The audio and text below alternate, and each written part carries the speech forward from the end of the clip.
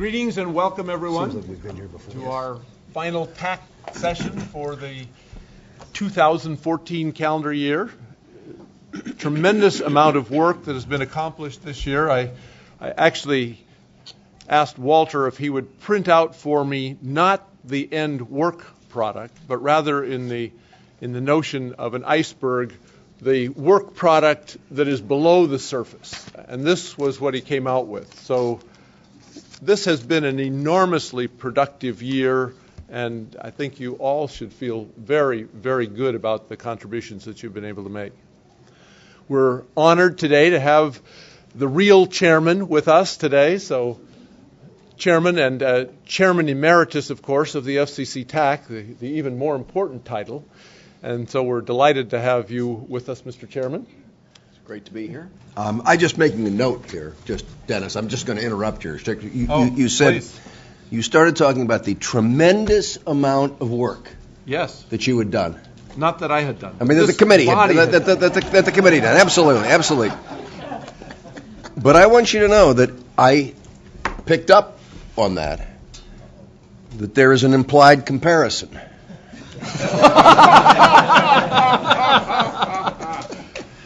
And like I said, I was just writing it down. I was just making note of that. That's all. We won't carry that one too much further. The comparison was obviously unintended, independent of the reality of the circumstance. So we'll continue from there. And for the record, to get ourselves started, I would like to go around the table and have everyone introduce yourself. We do have a couple of people on the line, a couple of TAC members, so we'll ask for them to, well, let's start. Will the TAC members who are on the bridge please introduce yourselves so we know that you're here?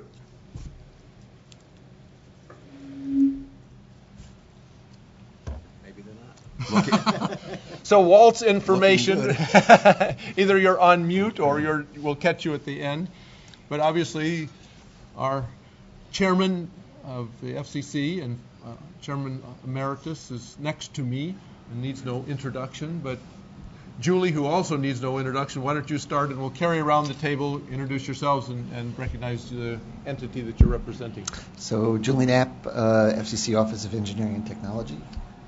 Walter Johnston, FCC Office of Engineering and Technology. Michael Ha, Office of Engineering and Technology. Teresa Hennessy, Comcast Corporation. Kevin Sparks, Alcatel-Lucent. Adam Drobot, Open Networks. John Chapin, DARPA, serving here as a special government employee. Rangam Subramanian, National Telecommunication Information Administration, NTIA. Steve Lanning, Viasat. Kevin Kahn, Intel. Pierre DeFree, Silicon Flatiron Center. All right. I was going to time it properly. So you better tell a joke. Yeah. Shahid Ahmed, Accenture. Tom McGarry, News Star. Marvin Serbu, Carnegie Mellon University, and serving here as a special government employee. John Dobbins, Earthlink. Jack Waters, Level 3 Communications. Greg Lappin, American Radio Relay League.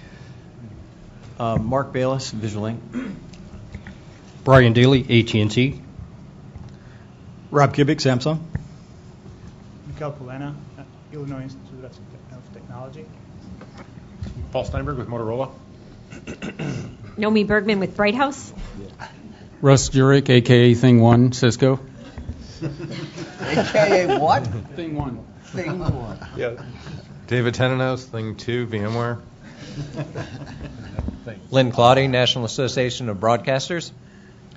John Barnhill with Genban. Brian Markwalter, CEA. Peter Bloom, General Atlantic. Marlon Medine from Google. Romani Pandurangan, XO Communications. Jesse Russell, Inc. Networks. Eric Ikuren with Ericsson. Ed Chan from Verizon. Marty Cooper, Dyna LLC. Scott Jordan, FCC Chief Technologist. Dale Hatfield, University of Colorado. And again, Dennis Roberson from Illinois Institute of Technology. And we'll give one more chance for those online. Any TAC members online?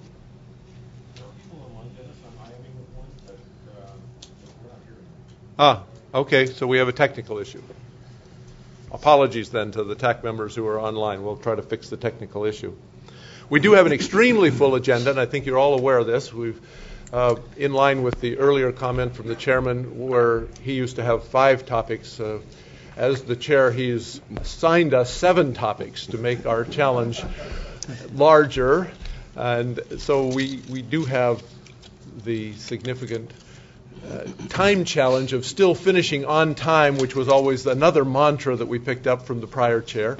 So we will be moving very briskly, and we'll have to keep time check along the way. But a lot of very important topics, and we'll start out with one that was a late start, but certainly has been a very large item with a tremendous amount of work undertaken. And our chairs, Brian Daly and Rob Kubik, deserve enormous kudos for the extensive amount of work that they undertook, picking up in mid-year and still completing a very substantial piece of work, including quite a large document that will be talked about later. But let me hand things off to Brian and to Rob. And do you have the clicker?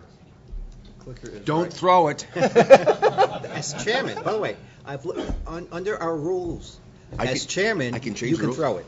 Oh. You're the only person entitled to throw it. It's a lot of stuff I throw.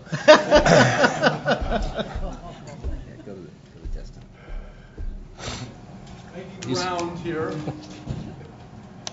Part of my role is audiovisual support. Well, thank you, Mr. Chairman. And we'd like to first talk about the Mobile Device Theft Prevention Working Group. And if we could have the slides, please. I gave the one they gave me. Yeah. Who's doing this? Just one second.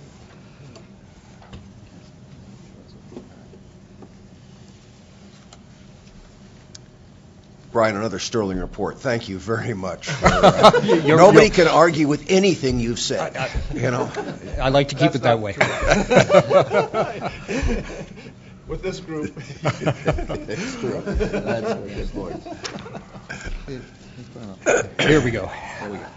I won't step through the agenda, but what we want to talk about is just the findings and recommendations that we have for you today.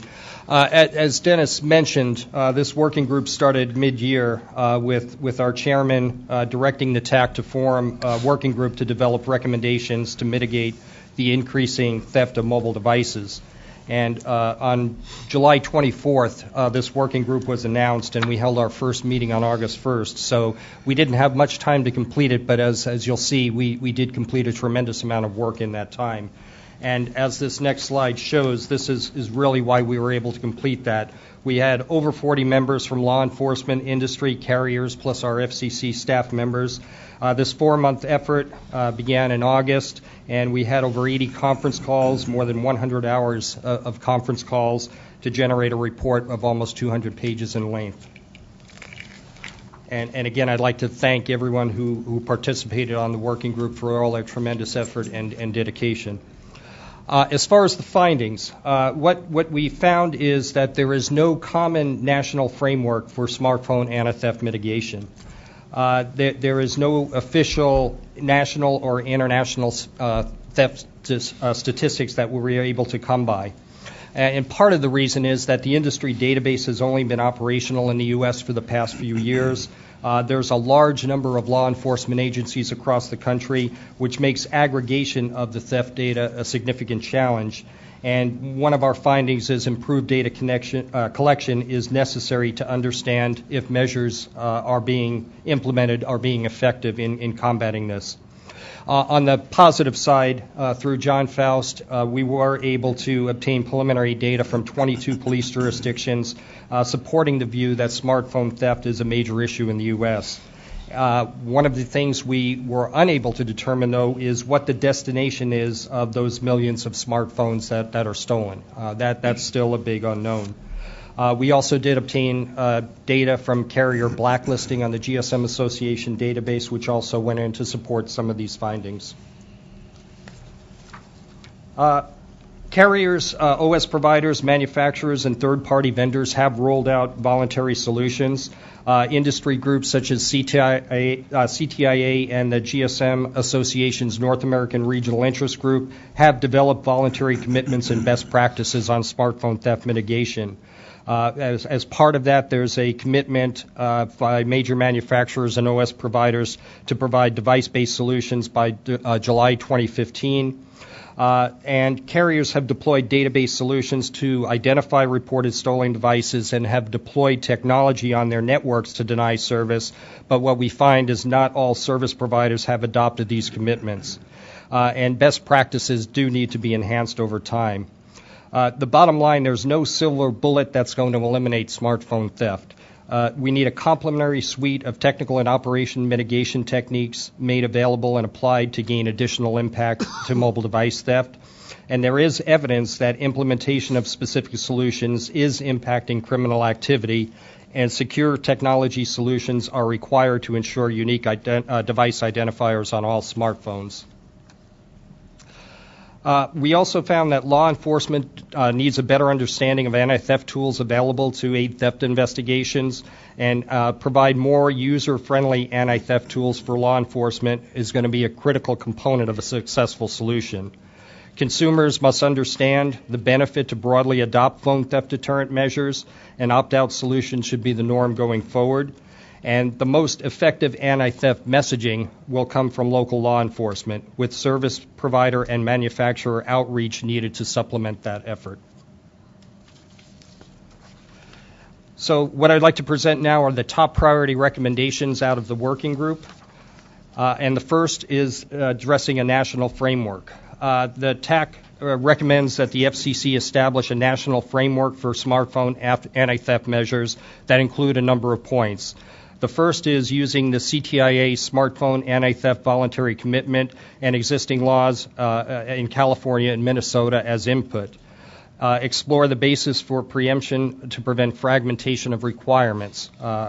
Establish a single law enforcement point of contact to serve as a clearinghouse of information and expertise on mobile device theft, and define a process for the capture of comprehensive data while addressing privacy considerations. The framework should also task CISRIC with developing methods for law enforcement to obtain device identifiers from smartphones, and also task the standards body ATIS with developing standards to obtain device identifiers. Device identifiers are typically available on smartphones either through a label on the device, which may be under the back cover or under the battery, or available through a menu option on the screen. This recommendation would be to define standards, methods, and procedures for obtaining such identifiers from the device, even if the device is locked or disabled, and may include a combination of physical and electronic methods for obtaining the identifier. The next would be to task CTIA to convene a joint task force to define consumer outreach recommendations. Next would be developing a reseller code of practice to prevent the trade of stolen devices. And remain technologically neutral, allowing the industry to define standards and best practices to combat theft and adjust the technology solutions as new technologies and enhancements are found. And it is recommended that the Mobile Device Theft Prevention Working Group under the TAC continue to focus on this issue. It's also important to deploy and continue to evolve technical solutions. Baseline anti-theft solutions, which during initial device setup process prompts an authorized user to enable a technology solution to allow remote wiping of authorized users' data, rendering the smartphone inoperable to an unauthorized user, preventing reactivation without authorized users' permission, and reversing the interoperability if the smartphone is recovered by the authorized user and restored user data on the smartphone to the extent possible. It's also important to secure mobile device identifiers and making those device identifiers resistant to change. And finally, expanding the use of existing databases and deploying of technology for network operator blocking of identified stolen devices.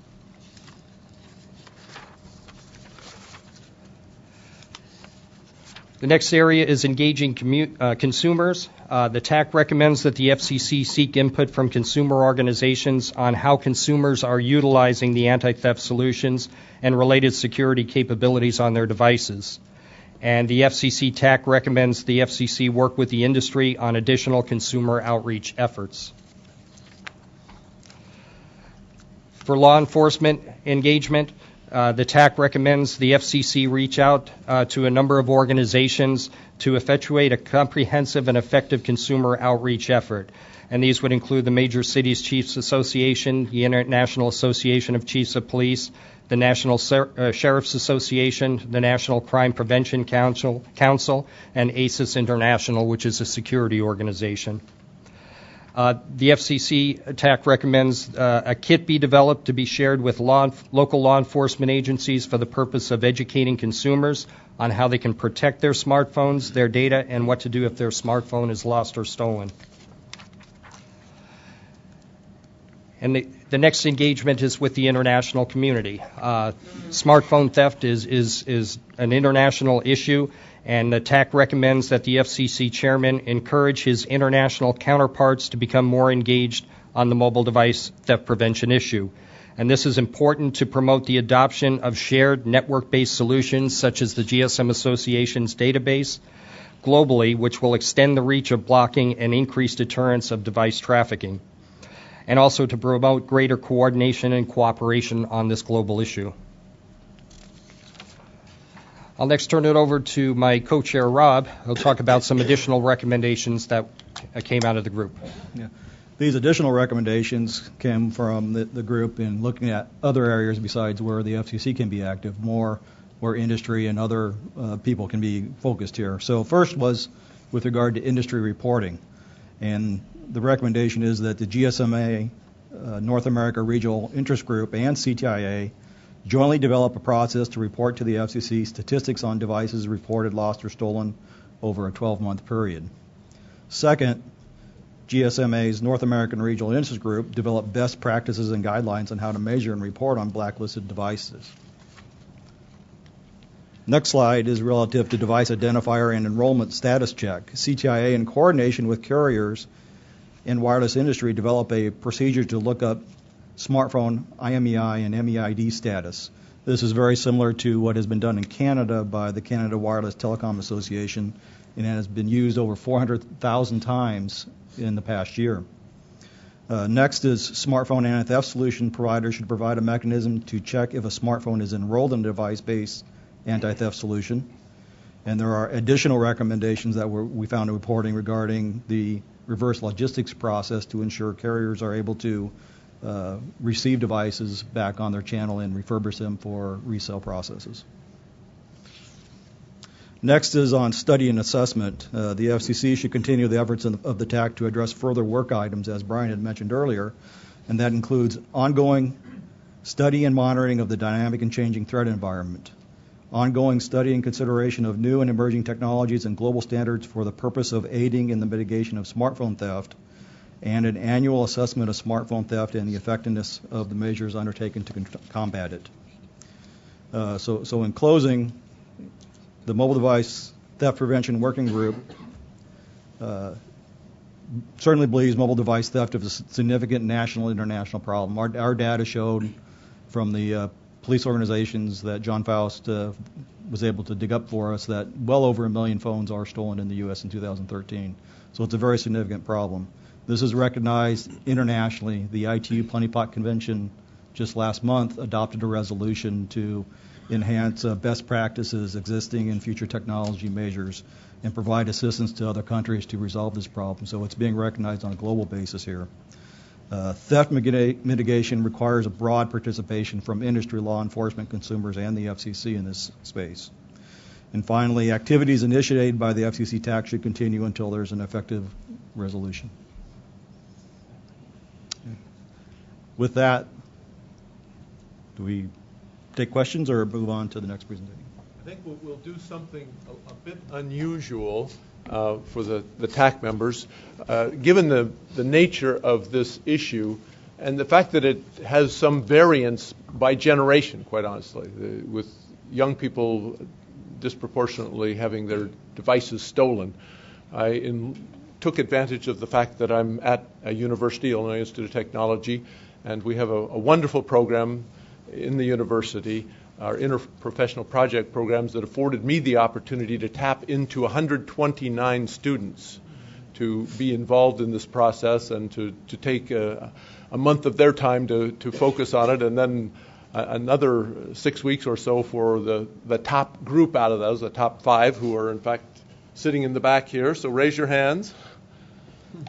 Recognize those. But the representative from that group, Mike Polina, will give a short presentation on their findings in this issue. And following that, since these all fit together, then we'll have our discussion in the time-honored TAC mode of raising your tent card and putting it up, and we'll first come, first serve. You, Mike, you can Mark, rather, you can put yours up and start the queue. Go ahead. No. So you're on now, and Mike, take it away. So as Dennis introduced us, we're from the Illinois Institute of Technology. And we're here to talk about solutions that enable phone security. So phone users care the most about their smart devices during 2 critical moments. They're most excited about the devices at the moment of purchase, and they feel despair when their devices are lost or stolen. In the lifespan of a device, we consider these 2 moments to be our moments of truth, and it made sense to us to base our solution around these 2 moments. Before we go any further, I invite you to meet Lauren. Lauren is your typical Illinois Institute of Technology student. She's a smartphone owner, and her smartphone is her most prized possession. As a college student, she also owns a tablet.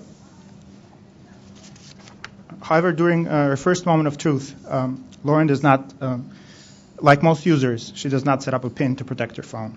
She also doesn't have any options to easily tether her phone to a secondary device. By not setting up her PIN or taking any other security measures, Lauren is vulnerable to lose her personal information.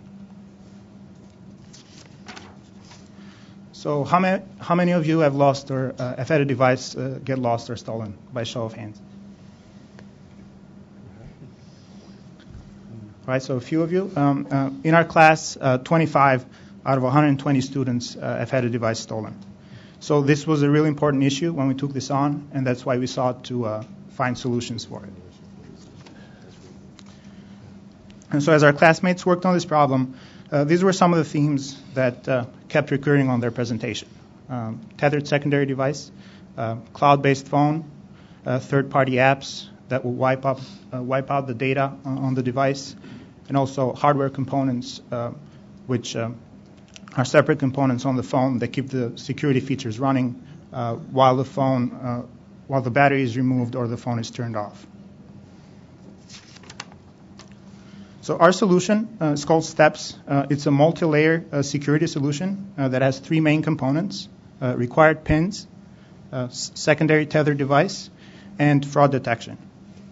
What makes STEPS effective is that users can start implementing it when they're most excited about their phone, which is their moment of purchase. So if we may, let's just revisit Lauren's story with STEPS implemented.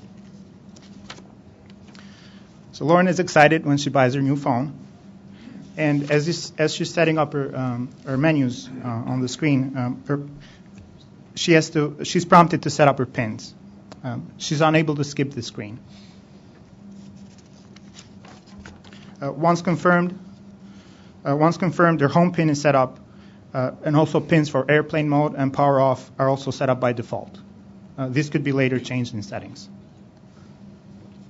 Next, her second layer of protection would be the tethered secondary device. This could be anything. Could be a tablet, a smartwatch, a wristband, or a laptop. The functionality is controlled via an app, which is present on both devices. And Lauren is prompted to pair both devices via Bluetooth or Wi-Fi.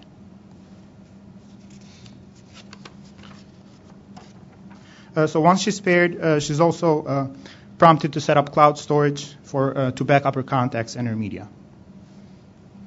So what would happen in case Lauren's phone is stolen with steps implemented? Because her 3 pins are in place, her information is safe. The thief is denied access. As a matter of fact, the thief can hardly do anything with the phone.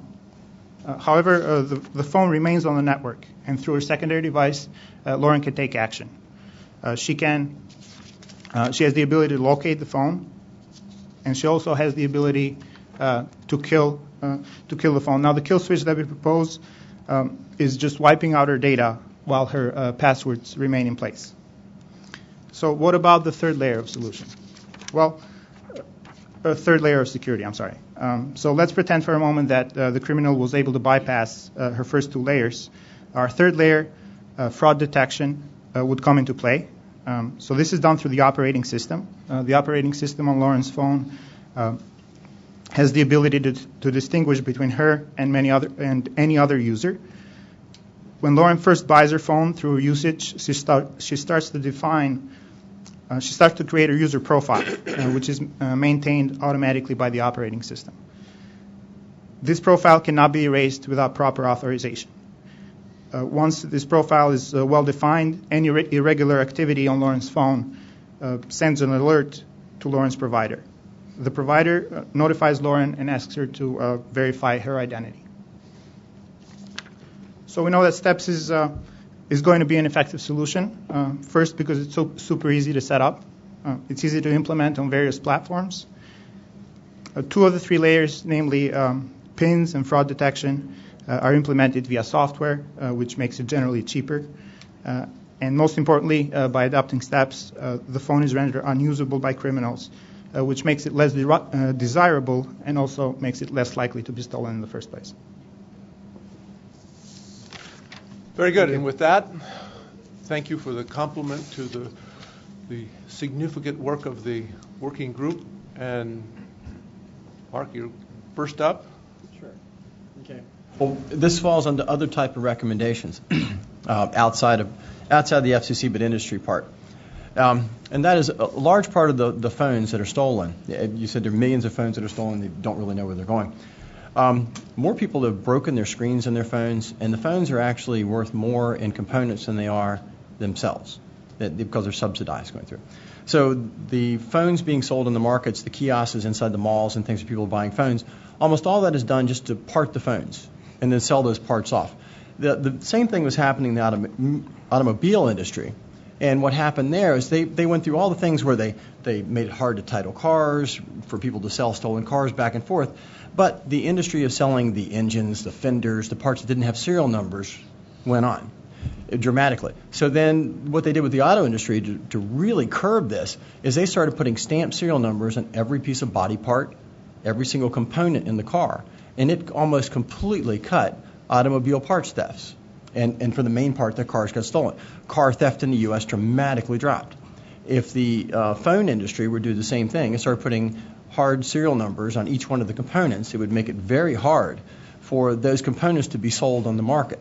Right now, I mean, if Verizon or any other group, they're Insureon or any other company that warranty phones, they're fixing those phones with used parts that are being bought on the secondary market in order to keep their bottom line. And most of these kiosks that you see in the mall supply those parts to the suppliers.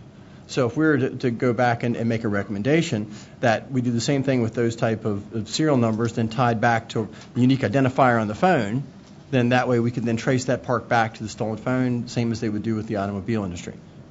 Just a word for thought. Okay. Great. Good thought. Others from the TAC? No, this is a rifle shot area. It does have an impact on many around the room. But I'm not seeing any other questions. The notion of this report, and okay, we do have one from David, but the notion of this report, as with all of the reports from the working groups, is that this will become the output of this entire body. And there are some logistical challenges as our working groups become more and more intense and the depths of their work become greater, that the output of those working groups be adopted by the entirety of the TAC, but that is in fact the intent, and this time of discussion is a critical component of that whole process. So, David. I'm sure the group considered this quite a bit. I saw, at least in this presentation, the notion of a kill switch, although only for the data.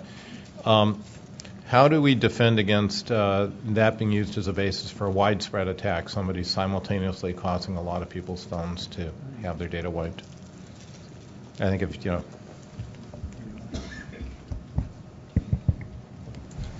Yeah, certainly that's one of the concerns with the idea of a remote lock, wipe, and erase data is making sure that the security aspects are in place so that you can't get mass attacks on large number of devices.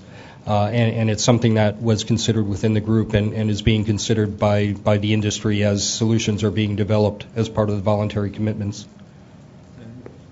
And just to add on to that, what Brian said is true. A mass attack is going to be difficult, but I still think you may find individual case or individual users where their password and security are not or has been compromised that you may get attacks. But we think that's going to be a very small percentage of devices and users out there. I mean, I'm sure there's lots of mechanisms. For example, the systems that actually implement the wiping could have governors on them to limit the pace at which they can do it. All sorts of things can be done. I just want to make sure these get into the system. Yeah, we did not go into the great detail of the exact mechanisms of these features. I think the various implementers did describe in one of the appendixes what their solutions are. So I think it's a good comment, and I think we'll have to take that into consideration.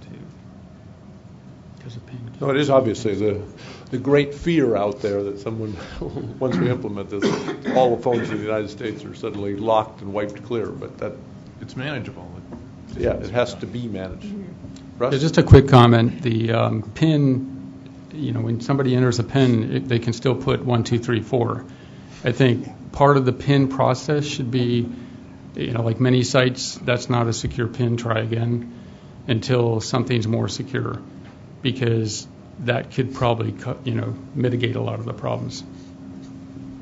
I think it's a good point.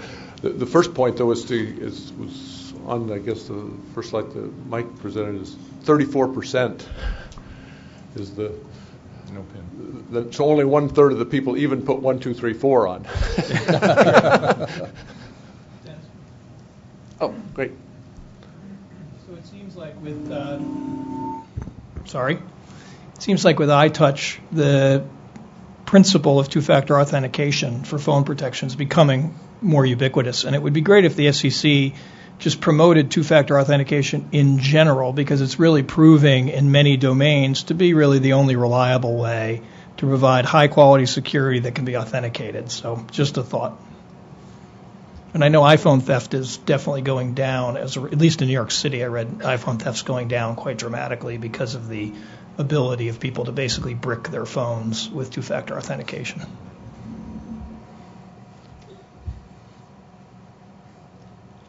Thank you. Another topic that I imagine the committee spent a lot of time talking about, not the mass denial of service attack, but a remote erasing of a phone through the whim of someone in authority. I mean, what legal framework do we need to protect people to assure that it's only bricked or erased when that individual owner of the phone requests it? Again, that was managed by the user and the security mechanism by the specific solution provider. So, but I think it is a valid question: is who has authority to erase and brick that phone? And generally, I think from the solutions that I've read in the report, that is done by the user, and that's controlled by the user, and the carrier or the manufacturer do not have the general ability to control that. So, would law enforcement not have the ability to do that under your proposal? Well, I'm talking about the solutions that have been discussed in the report, and I'm not sure the law enforcement, other than going out and getting a subpoena to access the specific user account, would be able to control the device. Okay. So I guess I'm just suggesting that this is an area of concern when I've seen these things discussed by folks with a more civil liberties perspective, that it's something that should be addressed in any proposal that comes forward. Yeah, and as Rob had mentioned, I think the focus has been this would be consumer driven, that the consumer, the owner of the device, would be the one that would initiate the remote wipe, cleaning of data, and locking their devices. Carriers, for example, wouldn't want to have that responsibility, and we would, strongly look to the customer, the consumer, the owner of that device to have that capability.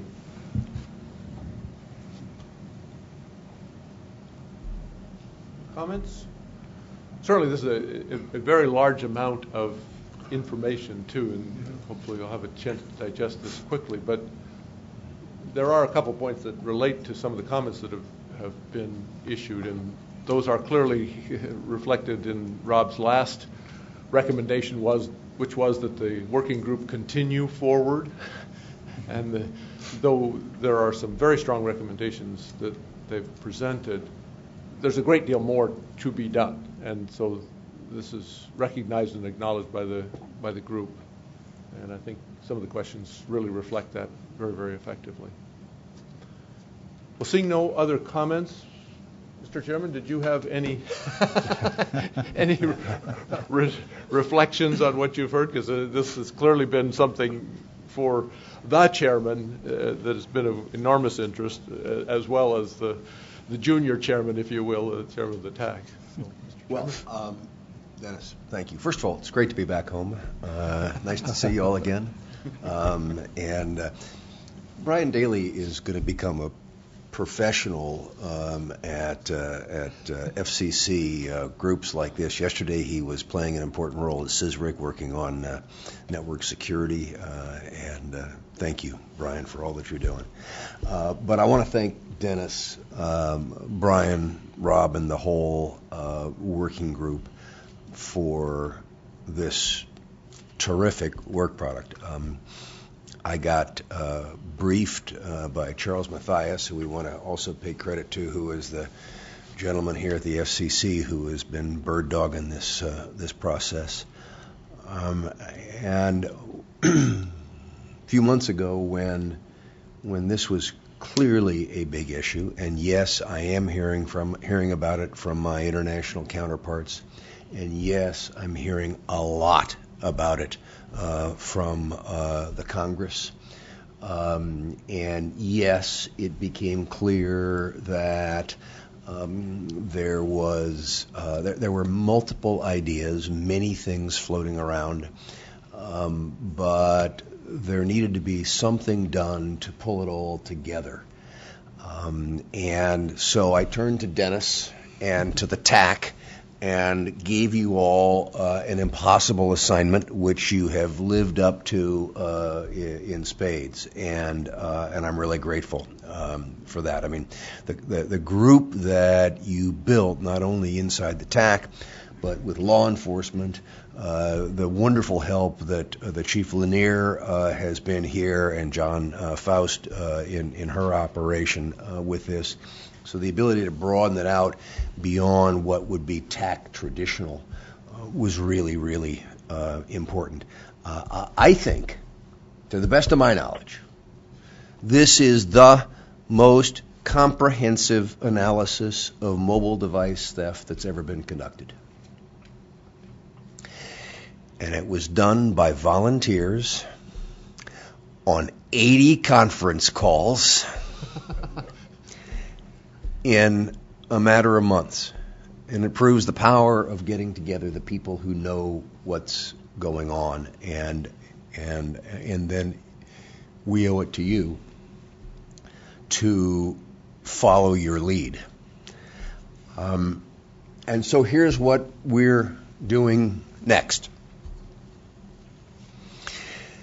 I am going to write personally to every one of the CEOs of the wireless carriers, large and small, and send them your 200-page report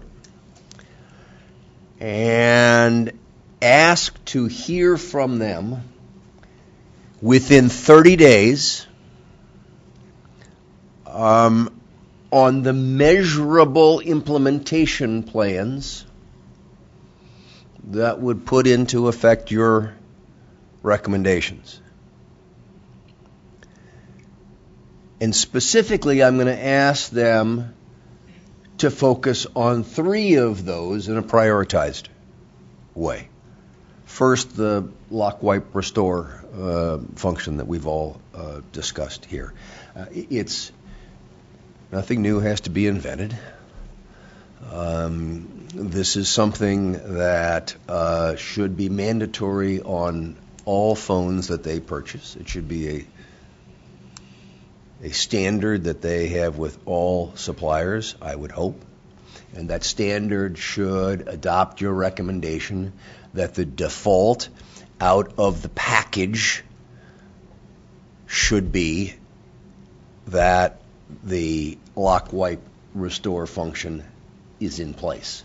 Not that it's opt-in, but it's there. It's the default.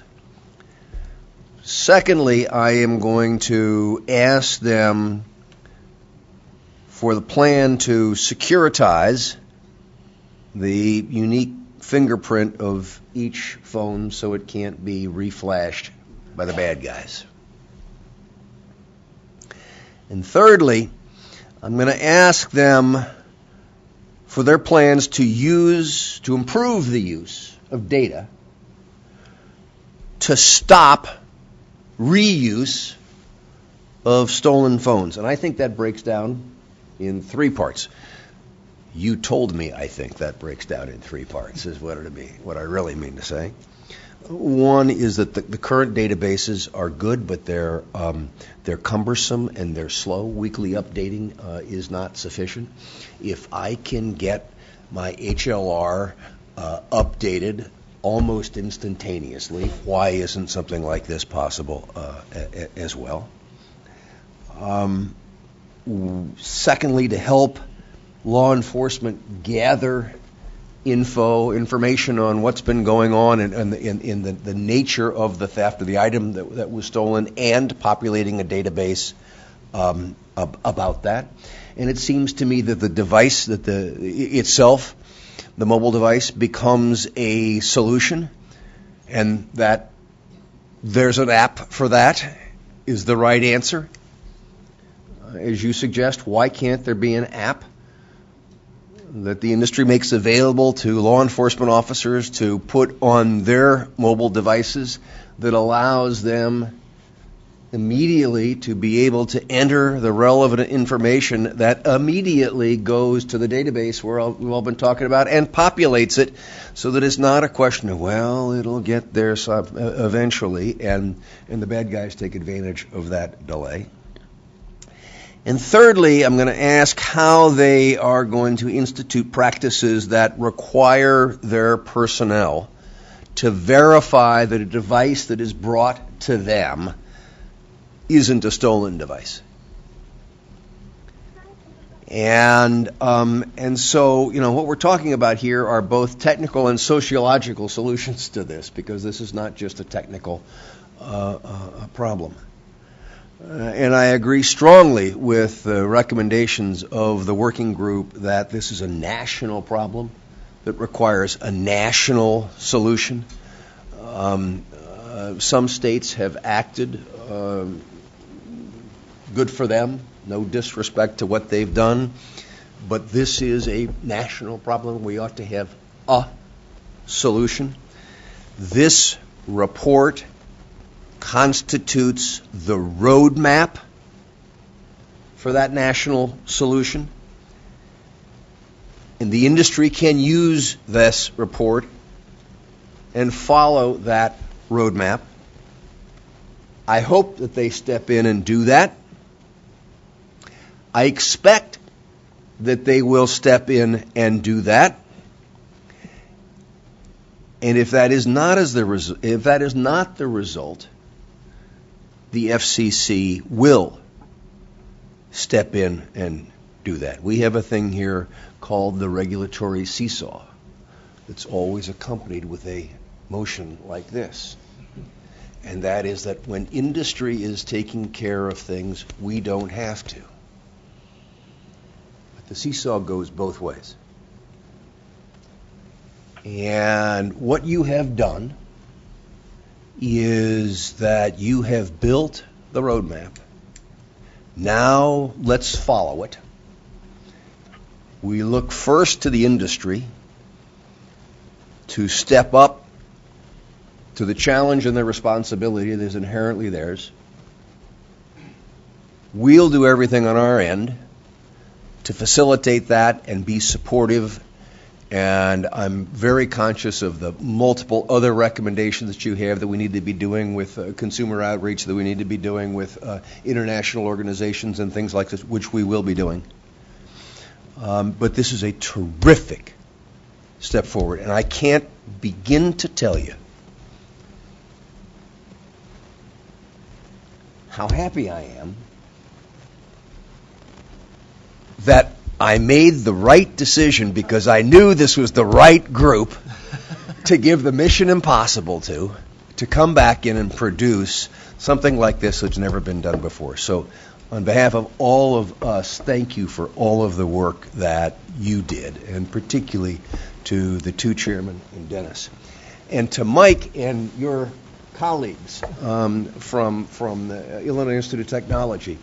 I mean, how terrific that you could get involved in this, and that hopefully the work that you have done will end up actually having a real-life, honest-to-God impact on the market and on people's lives. So thank you to all of you for what you've done, and it's now up to us, and we will be doing our follow-through. But thank you, and thanks for keeping the working group going, too.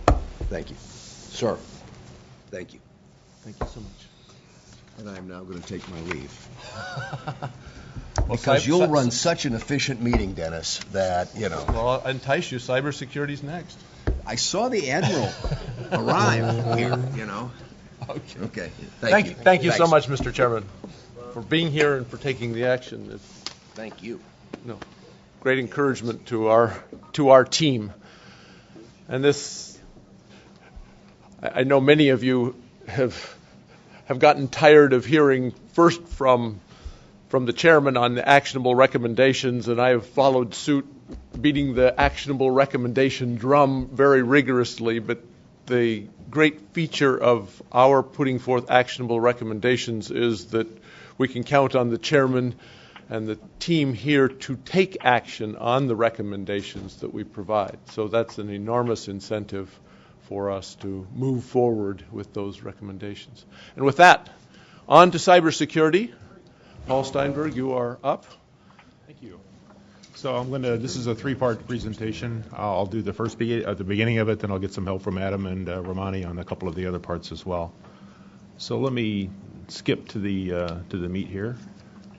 So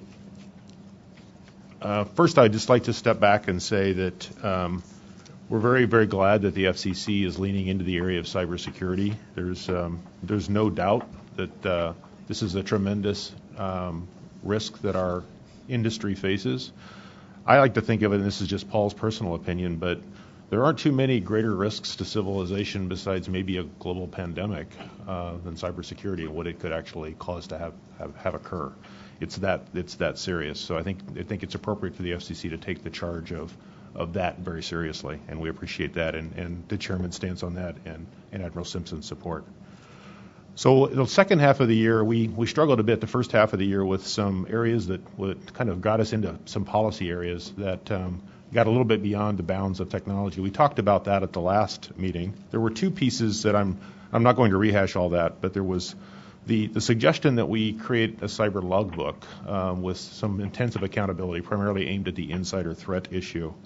And we kind of ran aground a little bit with privacy issues and concerns about policy.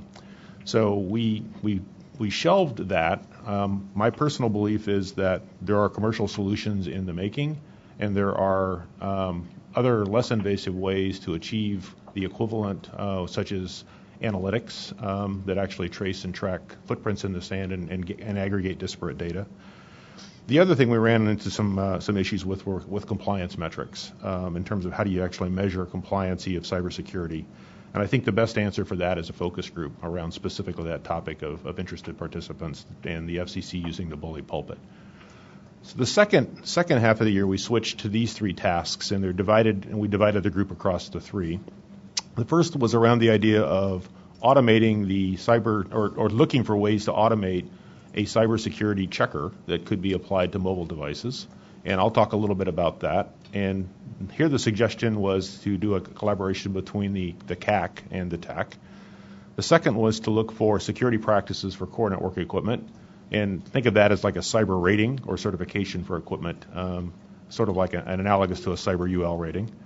And the third, which I think is probably the most important long-term effect, is to look at the technological horizon, some of which we just spoke about in the previous group, identify those most promising areas and nascent technologies for mitigation of insider threats primarily, and then look for ways that the FCC could advance that either with industry, with academia, or with research agencies. And I think the focus around insider threat is appropriate. The data I see says that that's clearly a big deal. 25% of the known cyber attacks that at least are reported and categorized are the result of an insider action.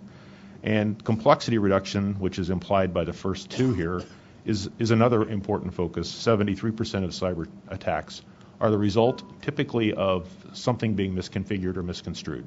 So complexity is obviously a barrier to something being set up and equipped correctly. So with the first topic, let's move to the mobile device consumer interface for privacy and security. So the background here, I won't go into the long and gory details in the interest of time, but basically what we had here was the FCC had published a cybersecurity checker as a web-based web page that one could go through. And it was a series of questions, and it was tailored to specific operating system environments, primarily around Android, iOS, and RIM. And so the idea was, could we automate that somehow so that we don't trust it to the average consumer? And I think the previous report kind of made the point very clearly that the average consumer doesn't typically do everything that they need to do to get this done. Is there some way we could actually give them some help with that? So we worked with a little bit with the CAC. The unfortunate thing was shortly after we got this commission, the CAC's charter ran out, so they weren't able to quite get as far as we had hoped to, but I'm hoping that that's something we could pick up next year, which is, are there a handful of questions, probably less than 10, that could be asked that would stand the test of time, that would always be there? The consumer would not have to worry about the vagaries of things in technology evolving, and they could just simply know that those are the questions they have to answer, and the technology would take care of making it be so. And so what we did was quite a bit of work. We did work with the CAC, and pulled through some of their recommendations. As I said, there's more work to be done there. We've done some collaboration with the CTIA cybersecurity work group. They've done a good deal of analysis on this, and clearly pointing to the issues. We spent some time with the NCSA executive director, and we went and pulled into industry from one organization, Lookout Technologies, that actually implements sort of a comparable piece of technology from a commercial sense. So if you roll forward, there we go. The one thought was, can we use the brick and mortar point of sale as a place to educate customers? And some data that our carrier friends in the TAC brought in was that the typical attention span and willingness of a consumer to spend any time dealing with this is approximately a minute. So not a lot of willingness. They're too excited about having their spiffy new device, I think, as was previously pointed out. And the concern is that we haven't been able to come up yet with what we think are a fixed set of questions that will stand the test of time. We spent quite a bit of time talking to some of the mobile device suppliers, mobile OS suppliers, and the concern is that there are two risks with that. One is technological advancements will probably get in the way of that. Even the simple addition of a bio authentication mechanism for two-factor authentication could cause that to vary. And there is some concern that we'd have to think very carefully about opening up some new APIs. And when you open APIs, you also create a window through which they could be misused as well. So the thinking is that we definitely do think the creation of a cybersecurity education app makes a lot of sense. Thinking from the NCSA is that the FCC could actively participate with them. They're doing some work in the same area to try to advance the thinking. And also take the good work that they've already done with the cyber checker, and let's automate it, but not necessarily in an active way, but in a passive way, and get it in a place. And I think the carriers that we were working with were more than willing to make sure that that sort of thing is inside of the devices that they sell and readily available. And so the key takeaway here, though, is that it's not necessarily where the education has to come from, but it does need to happen. And I think both of the presentations kind of line up on that. So those specific recommendations that we had here, definitely to improve the checker update process, convene the four major mobile operating system suppliers around this idea of an automated application that could at least be, from an educational point of view and a checking point of view, in place, and maybe not necessarily make it be so case.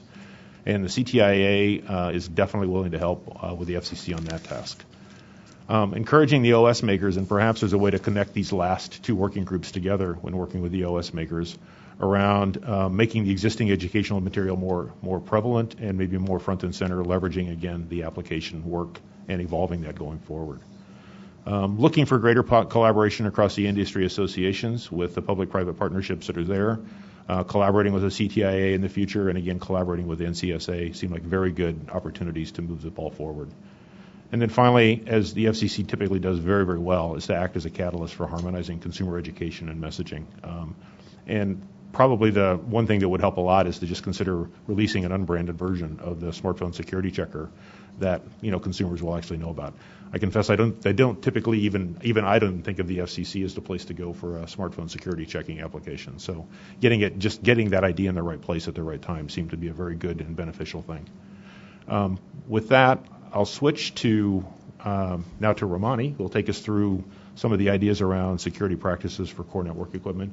Ramani, if you don't mind, I'll just advance the slides rather than running around with the clicker.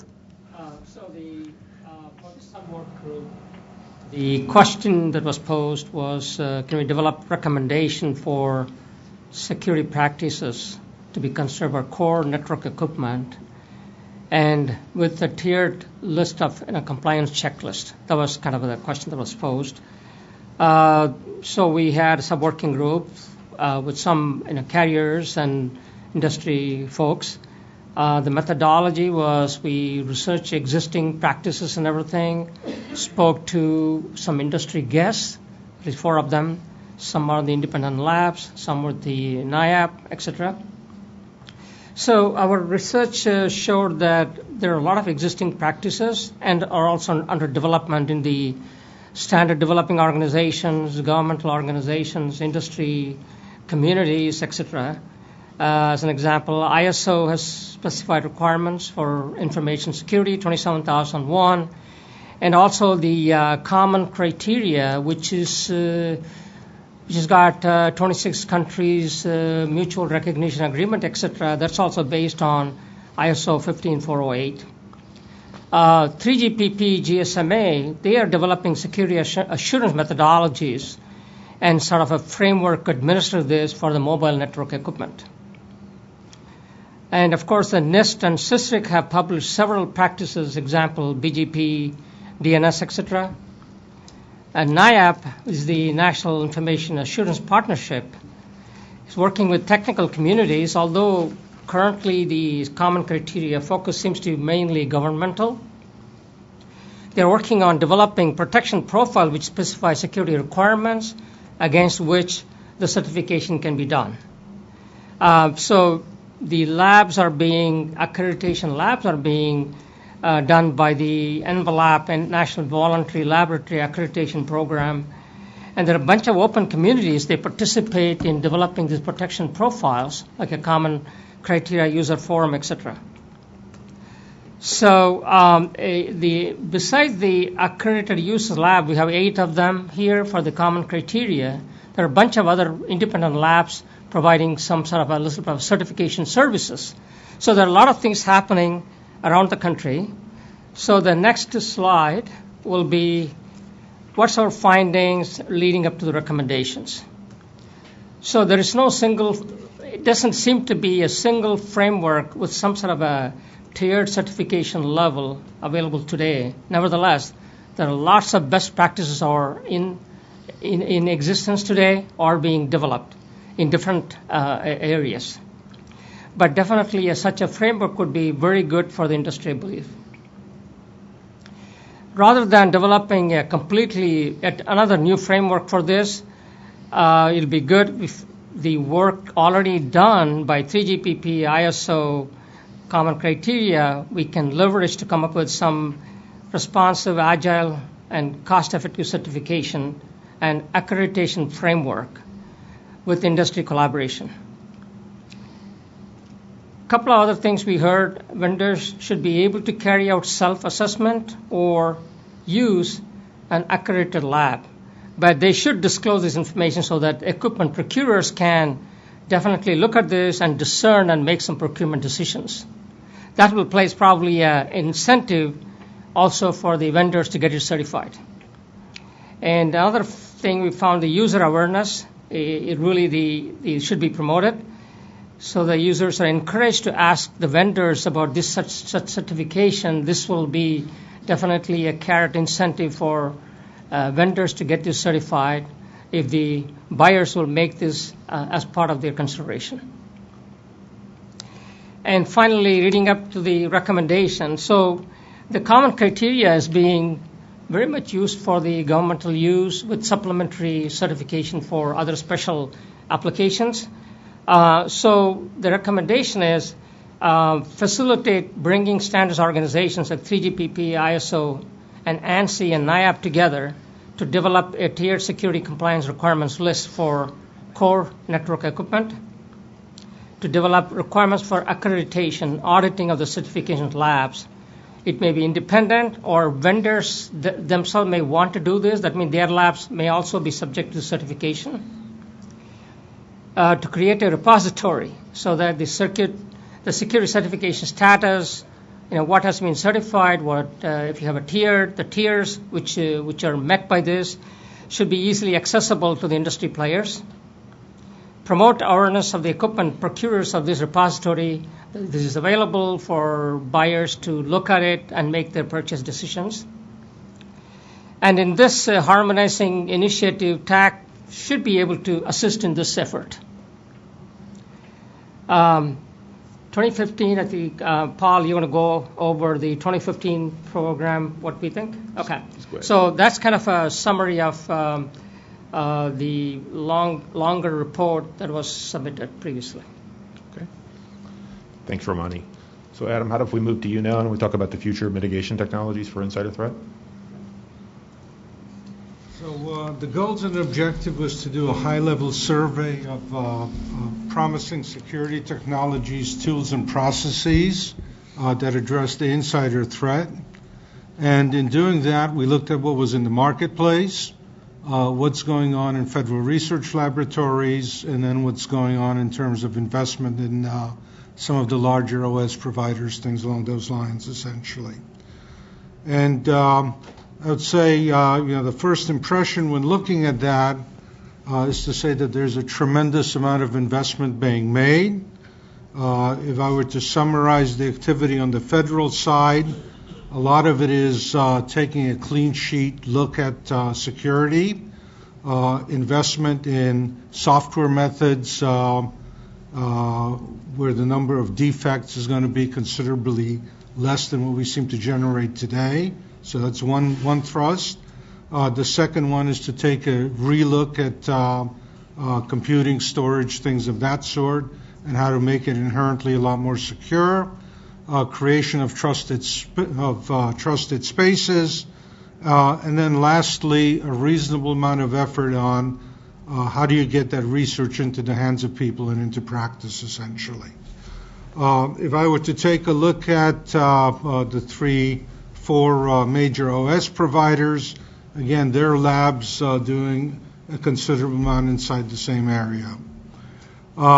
We took a look at what seems to be the most common sense way of looking at the complexity of security, settled in on the NIST cybersecurity framework. And that's really meant to be a general framework in which an organization inside an industry can in fact specialize what the framework looks like for their particular needs. And I know that Admiral Simpson and the CERC are in fact looking at how to do this for the telecommunication industry. Okay, and then lastly, we have a few recommendations how the FCC can best impact and advanced technology outcomes in the short and long term. So out of this, ended up picking 5 particular technology or process areas. The first one is access control. I think as we heard earlier, looking at cell phones, it's how do you improve the use of biometrics, challenge response question, what I'd call dynamic security. So multi-factor security, where the level of security sort of meets the consequences of what a user may be doing. The use of big data techniques. And in fact, I think we heard from a number of practitioners, I think a very good presentation from Lockheed Martin of how they in fact identify who are likely targets for insider threat, what kind of information do you have to gather, that it's multi-source, it's unstructured, you have to characterize it, do the pattern detection, and then actually identify what the likely sources of problems are. And if I were to look at the first area, what I should say is the use of multi-factor techniques, hopefully doing away with PINs and passwords, I think is very near, I think, to being done at this point in time. If I look at big data, a tremendous amount of experimentation with a lot of successes. The next area is software analysis techniques. Again, a lot of things in the marketplace, looking at systems, applications, the tremendous lines of script that are used to actually run networks, and the ability to detect malware, what are the path identifications between points. Again, a lot yet to be done and on the drawing boards, but a lot of useful material and products already in the marketplace. A little bit more futuristic, I would say, coming out of the federal investments, trusted computing. Again, how do you eliminate defects in things and create secure hardware that has secure ISO, better isolation of things, sealed storage, and attestation that allows you to say that my secure environment, in fact, can shake hands with another secure environment of somebody else's. And the last one, not a technology per se, but a practice, probabilistic risk assessment, and that is how do you take a look at and sort out reality from myth, take statistics, build models essentially to understand what your vulnerabilities are, how to rank order them, and to understand that all kinds of scenarios are possible, but unless you look at the probability with which they're likely to occur, it's very hard to figure out where to put your resources. So I would say that ought to be in common use much more than we see at this point in time. And if you take a look at the technologies, there are things which are already in the marketplace. So I would say strong impacts in the next 3 years or so. If I take a look at things like trusted computing, probably a much longer term before it's fully deployed. If I were to take a look at recommendation, I would say the first one is to really encourage demonstrations and experimentations with advanced techniques. Do this in partnerships with other government labs, academic institutions, and industrial laboratories. I would say promote the awareness of this as a problem. I think, as Paul said, this may be one of the largest one sort of facing our society in the large. And I would say a strong place for the FCC at the table, collaborating with other agencies that in fact may have capabilities in this area and have responsibilities and ongoing activities. I would say the next recommendation is technology information and practice sharing venues. And when we take a look at the industry, there are over 4,500 communication service providers in the country. I think we heard over and over in our discussions that if you look at the larger players, They take this problem seriously. They put a lot of resources into it, have well-run shops. Okay. As you get to the plethora of other players in the field, I think the sophistication and bench strength to be able to deal with cyber issues is much, much weaker. So how can you provide the same kind of level of coverage, I would say, for the smaller participants, and how can you provide, I would say, a sheltered place where the bigger players can actually trade information on the industry side and take this problem seriously?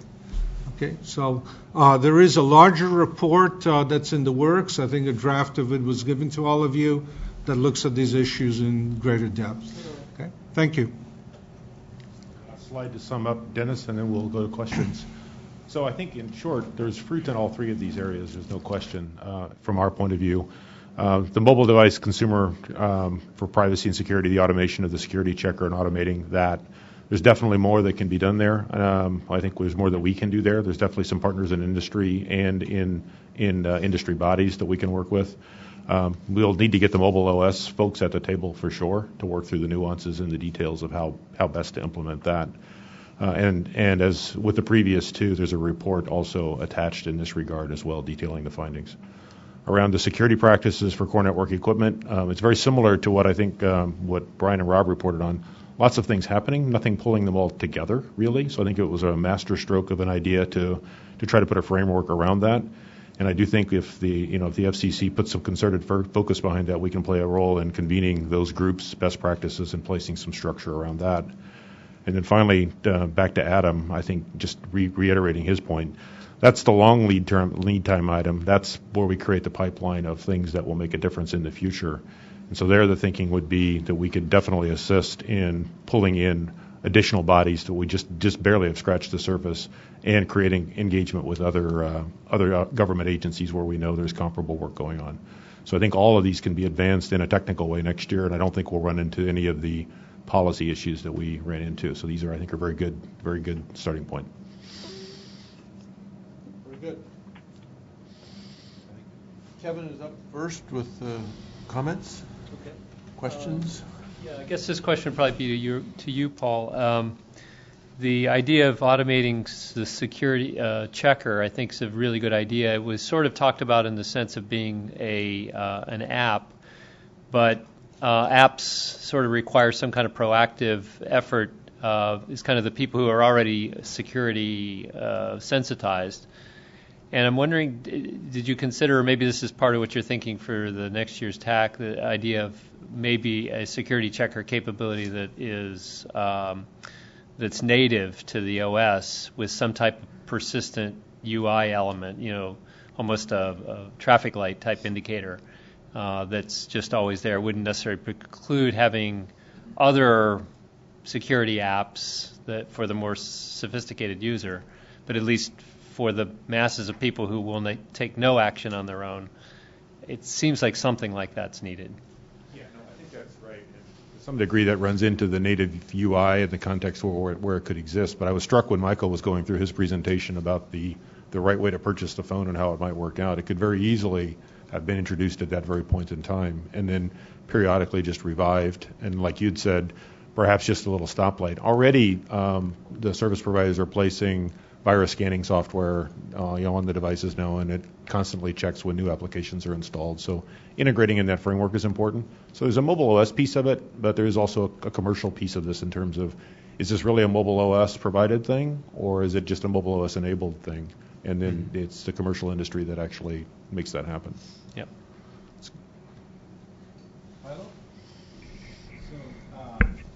Two questions. One, when you're looking at certification of core network equipment, are you thinking through the process of actually getting source code and actually analyzing that? Because ultimately, if you're just certifying features that a vendor implements, you don't actually know what is being done, right? Yeah. One of the reasons why many of us in the Valley like open source is we have access to the code, we can recompile it, we can run our own security testing against that. And then the second question is, one of the other areas of concern is the enterprise management frameworks that most vendors ship with closed source equipment. And how those management interfaces actually control the equipment separate from the command line interface. We've not been pleased with a lot of the levels of security that we've seen in some of these systems. And so it's not the equipment itself, but it's the management framework. Most of these are all proprietary systems. You don't get documentation from the vendor about MIBs and controls or the crypto processes that are being used. And so, when we build things, we don't have these problems.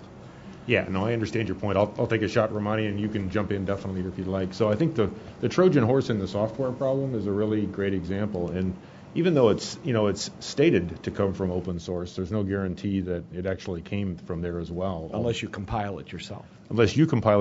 But then the question becomes, how do we know that you did that? So that is something that I think is worth thinking about for sure. It's not an easy problem to solve, as you know. Yeah, I agree that it's not an easy problem. It may not be possible to come up with a one single scheme to cover every possible application, but the products are there and then they're assembled into a system. Obviously, there are multiple challenges, but the question was really, at least can we have some level of assurance for the procurers that when it goes through the certification process, some generic level of security assurance is there. It doesn't say that it's completely secure, but at least certain level of assurance will be there. Agree that there are several complications to this one. Yeah. That's why nothing exists today. So perhaps facilitating multiple STOs in industry together and leveraging the common control, they're going into protection profiles, etc. They seem to be pretty good framework. So that's the genesis for our recommendation like that. If I go to the follow-up to that, yeah, and I think, Romani, you have it exactly right, that it wasn't intended to ensure that all the devices are 100% secure, but in addition to what Romani said, it was also intended to allow enterprise employment of devices to have a greater level of confidence, because some of the things that would be baked in to allow that enterprise confidence to be easily attained would be attested to in the assignment of a given security level to the device.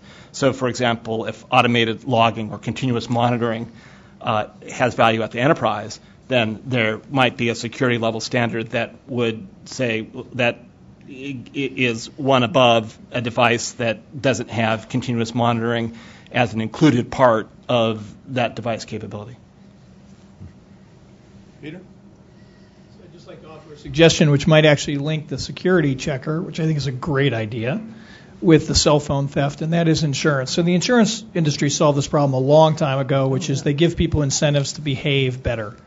And what I would argue is the cell phone carriers right now offer insurance against theft or loss, which has no discounts associated with it for good behavior. So I don't really care if someone steals my cell phone. So I'd like to offer that for both the cell phone theft working group and for the cybersecurity working group, that if I ran the security checker, we should encourage carriers to offer an insurance discount. And at the point of sale, I can guarantee you people would pay attention if they learned that it was cheaper to buy their phone by spending 5 minutes doing that. So just a suggestion. Yeah, I like it. Thank you. Good. Jack. So back to the potential work for 2015, and this might just be a nuance or a quick nit, but as I see security practices for core network equipment, I think about the stuff I buy, the hardware, software, but as an operator, should we think about expanding the thinking a little bit more as to security practices for core networks? So as operators, we can buy all the right stuff, we can run it the right way, but our security practices as the infrastructure operators may not be appropriate or may not use all the things that are available to us in the hardware and software we buy. And when you think about all the recent kind of vulnerabilities and things that you read about, it really came more down to how people operated. There does seem to be a real shortfall in that as we get out to rural broadband providers, smaller telcos, other media that just don't have the strong traditional capabilities in this area. I think you've hit upon a real need. So I think to sort of addressing the question Milo actually posed, I was very struck looking at the insider threat problem that there are really two things that stand out. The first is that there is so much complexity to the security issue that you find no one tool set, no silver bullet. This is just a very long list of things that you have to do. So hygiene is understanding not only what your processes are, okay, but also the technical fixes of how you're going to use them. So when I look at core network equipment, it's not that you're going to go and test everything that's out there, but you can ask, does it have the right feature set? And then the question is, what kind of a testing regime did it go through? If there is software on it, how was it looked at? Okay. Things that you don't have to totally reveal everything that's in there, but in the least have some faith that the processes and the practice of those processes was thoroughly done. Okay. And the biggest concern, I would say, as Admiral Simpson mentioned, is how do you promulgate this down to the smaller operators in the business, essentially? Okay. How do you make the availability of these kind of skill sets? Because when you go through that long list, it's not many institutions that can really afford the bench strength to deal with everything that's out there. Shahid, we're going to have to wrap up very quickly. So Ed, and once Shahid's done, Ed, and then we're done.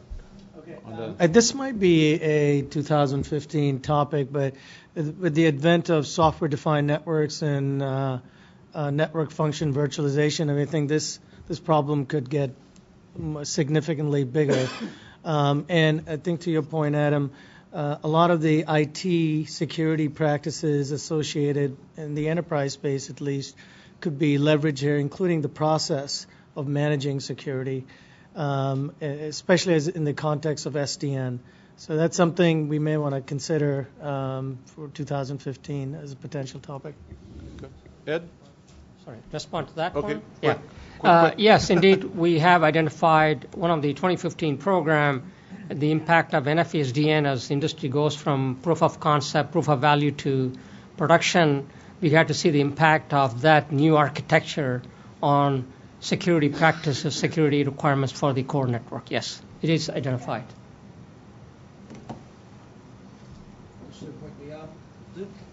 I just want some clarification on the certification again, in that the amount of dynamic changes and the code changes that happens, you're not talking about possibly reviewing or checking on every single release that's happening. So everything that I hear is you're going to have to be a process audit. Is that where we're heading in terms of the certification we're talking about? We're talking about some kind of certification on every code release. Yeah, so current regimes have one-time certification as well as kind of a life cycle. There are some time limits, and depending on how many changes have been made, whether you have to recertify or not. So that kind of thing's probably because it's a shared responsibility between the vendor and the service providers. So all the patch implementation, everything has to continue going through. So it is to me like a two-stage process. First is one time, and then follow through with substantive changes or time frame, because the products are rolled out much faster than before. So this is where we have to have the agile process also to keep up with that, because if it's going to take 3 years to certify something, and in the meantime, 3 releases out there. Which is why I thought it's more of a process issue, not a code issue here. There's a component to the process for sure, and I think that actually gets back to, that's one of the aspects to deal with Milo's point as well, is it's almost a certification of the vendor's process. Right. To some, I agree with you. Okay. Okay, well, I'm going to give Admiral Simpson the final word, and then we're going to have to go on. Time is going to be our enemy all afternoon. We're actually behind schedule already, so.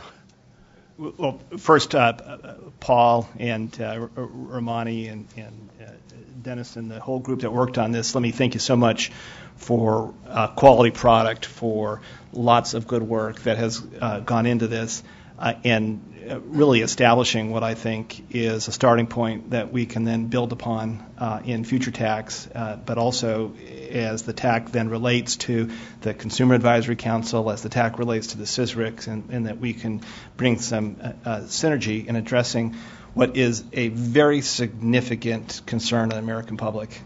And confidence in the communications sector is so important as we use that sector more and more in our daily lives, but also in how we organize communities. And the technology and tradecraft that the communications sector itself develops has applicability in the other sectors. And so work done here has this follow-on trickle effect for all. But I'd also like us to think about, and I'm glad we talked about core networks, the technology and tradecraft inherent to just the functions that have to go on within communications itself.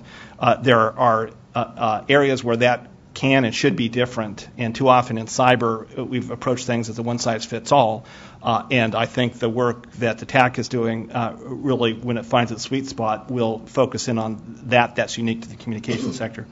So I was very happy to hear the question on SDN, software-defined networks, and that creating an increased cyber challenge for us. And I would throw it on this group that would say, yes, it can be an increased cyber challenge, and we need to think about it in that regard.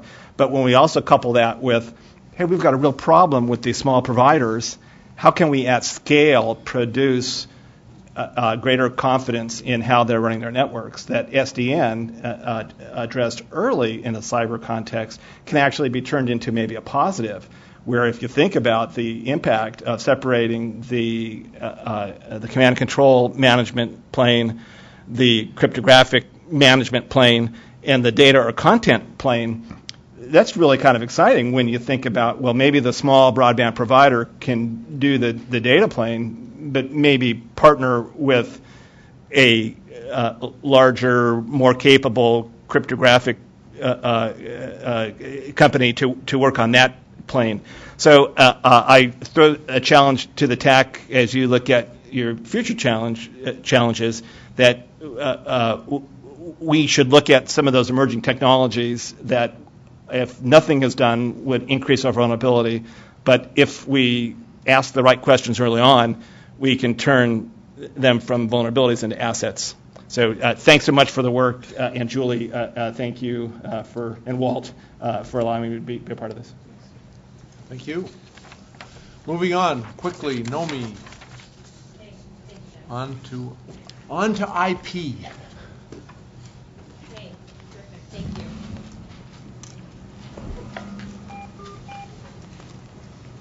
I just heard a beep on the bridge. Did you hear that? It's the first time we've heard a sound from the bridge. Sorry. We think we fixed it. Oh, okay, great. First, I'd like to start by thanking our working group members. We've worked very hard over really this whole year, and certainly over this last period. We have a great group. They're listed here, and many are here today. Maybe I would just also add that we had Vonage participate in our Backbone working group, and Earthlink participate also in our Access working groups. We had just really a really good diversity of members and lots of great discussion and much debate, really, in our group, really throughout it. So it's been a very healthy discussion. So today what we're going to talk about is just a quick refresher of our mission, then share a first kind of a high-level summary of our conclusions. Remind you of our approach. Again, maybe at a high level now, I would just share that we did some stakeholder interviews, and then we spent quite a bit of time building a reference architecture to look at how are all IP networks evolving, and how are they architected and how are they evolving. We also looked at that we asked some questions to ourselves as to how since there's such an interest these days in evolving speeds and capacity, how are each of those architectures also evolving to solve those questions. We spent quite a bit of time and really could spend forever reviewing corner cases, and we tried to do our best at summarizing them and try to look for ways that those could be solved. There's still a lot more work that could be done there. That's some of what could take quite a long time. And then we tried to ask ourselves the hard questions. Well, from all of this work, what insights can we share, and what actionable recommendations can we share? And so we have a few for you, although somewhat limited, but still incredibly interesting. So we're going to share where we are in all of those areas. Quick refresher on our original mission. I actually think this was really well crafted by the FCC. It's about looking at the IP transition, but more so at looking at it in terms of how do we examine, I'll talk about the first one just largely, opportunities for our new IP technologies to better serve the needs for people with disabilities, or to better serve rural communities, to better serve public safety. So really taking all of these challenges and turning them into what are the opportunities for them, and thus telling us, like, should we accelerate, and how should we accelerate, and how do we help move it along. So I won't go over them all, but to me that's kind of the general headline behind there. So this is kind of our executive summary slide, taking a page out of Accenture's approaches, right? So if you're going to look at one slide, this is probably our summary. So first, unsurprisingly, we conclude that IP networks are enormously capable. And then we also conclude, and this was probably particularly fun for me as a service provider, maybe fun but also scary, but just that our access networks are incredibly similar. They're more similar than different in terms of their capabilities and their evolution paths. And really, I think this is very important, that all of the platforms can evolve to support higher bit rates, and to support internet access and specialized services, whether they're VoIP or video.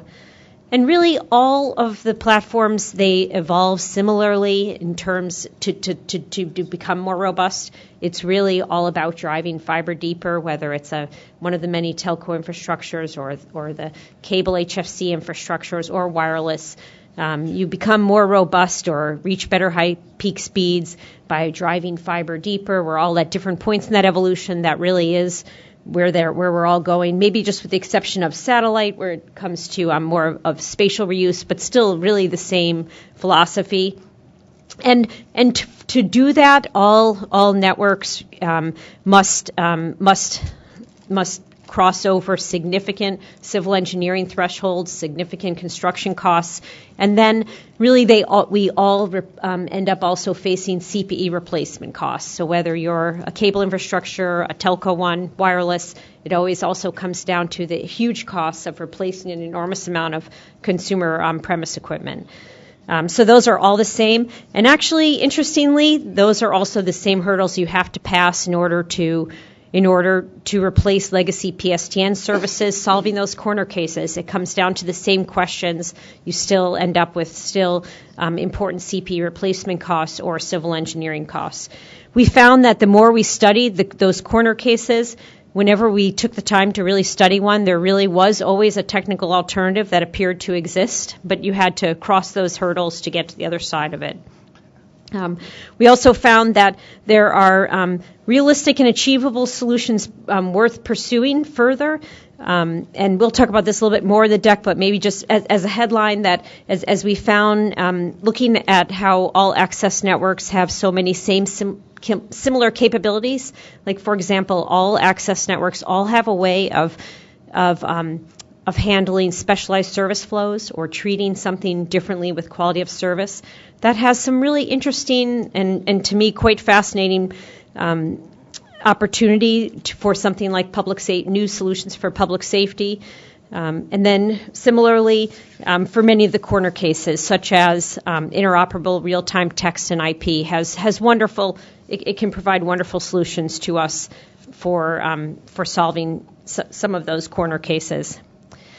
So I'm next going to turn it over to Marvin, who's going to share some headlines from our reference architecture effort. And we could spend days going over the reference architecture, so Marvin's going to share just a real high level. Okay. I'll manage the clicker. So next slide. So our objective was to create a reference architecture that looks at what's happening with both the core network and the access network that enables the carriage of IP, and what would an all-IP network look like 5-10 years in the future. So we reviewed the technologies that are necessary for this, the in-home network, the access network. We looked at both the physical infrastructure of access as well as the logical level, how different service flows, for example, are separated at the logical level. And in the core network, distinguish between the transport functionality and then the service layer of the actual services that are provided on top of that transport. We also, in the most recent quarter, spent time looking at how the various technologies can evolve to support higher bit rates. I'll have a few comments on that. Now, all of our architecture work is in a very lengthy extended slide deck, which I'm not going to go through here, but has been distributed to everyone. As I said, at the high level, in the transport plane, we distinguish between the access network, which is everything up to the first broadband router from the residence, to a regional network, and then a core network. And we can identify both the transport plane, which carries the bits, and then a service plane, which provides services like voice over IP service, video delivery servers, and the like. Some of these may be located at data centers attached to the core. Others may be positioned more widely in a widely distributed way near the edge to provide either lower latency or to reduce the load on the backbone for video delivery, for example. There are additional planes which could also have been described, such as a management plane, but we haven't done that here. So this picture gives a very high-level view of the distinction between the transport plane and the service plane. At the transport level below, you have the access, regional, and core network, different physical elements, hybrid fiber coax in the access, largely fiber alone in the regional and core. And then at the service plane level, for example, the provision of voice over IP service, much of that, the SIP servers and so on, may be in data centers attached to the core. Some equipment, I suggested CDN servers for video delivery, may be attached in a more distributed way, though technically they're all really attached to core routers, but in a wide variety of regional locations.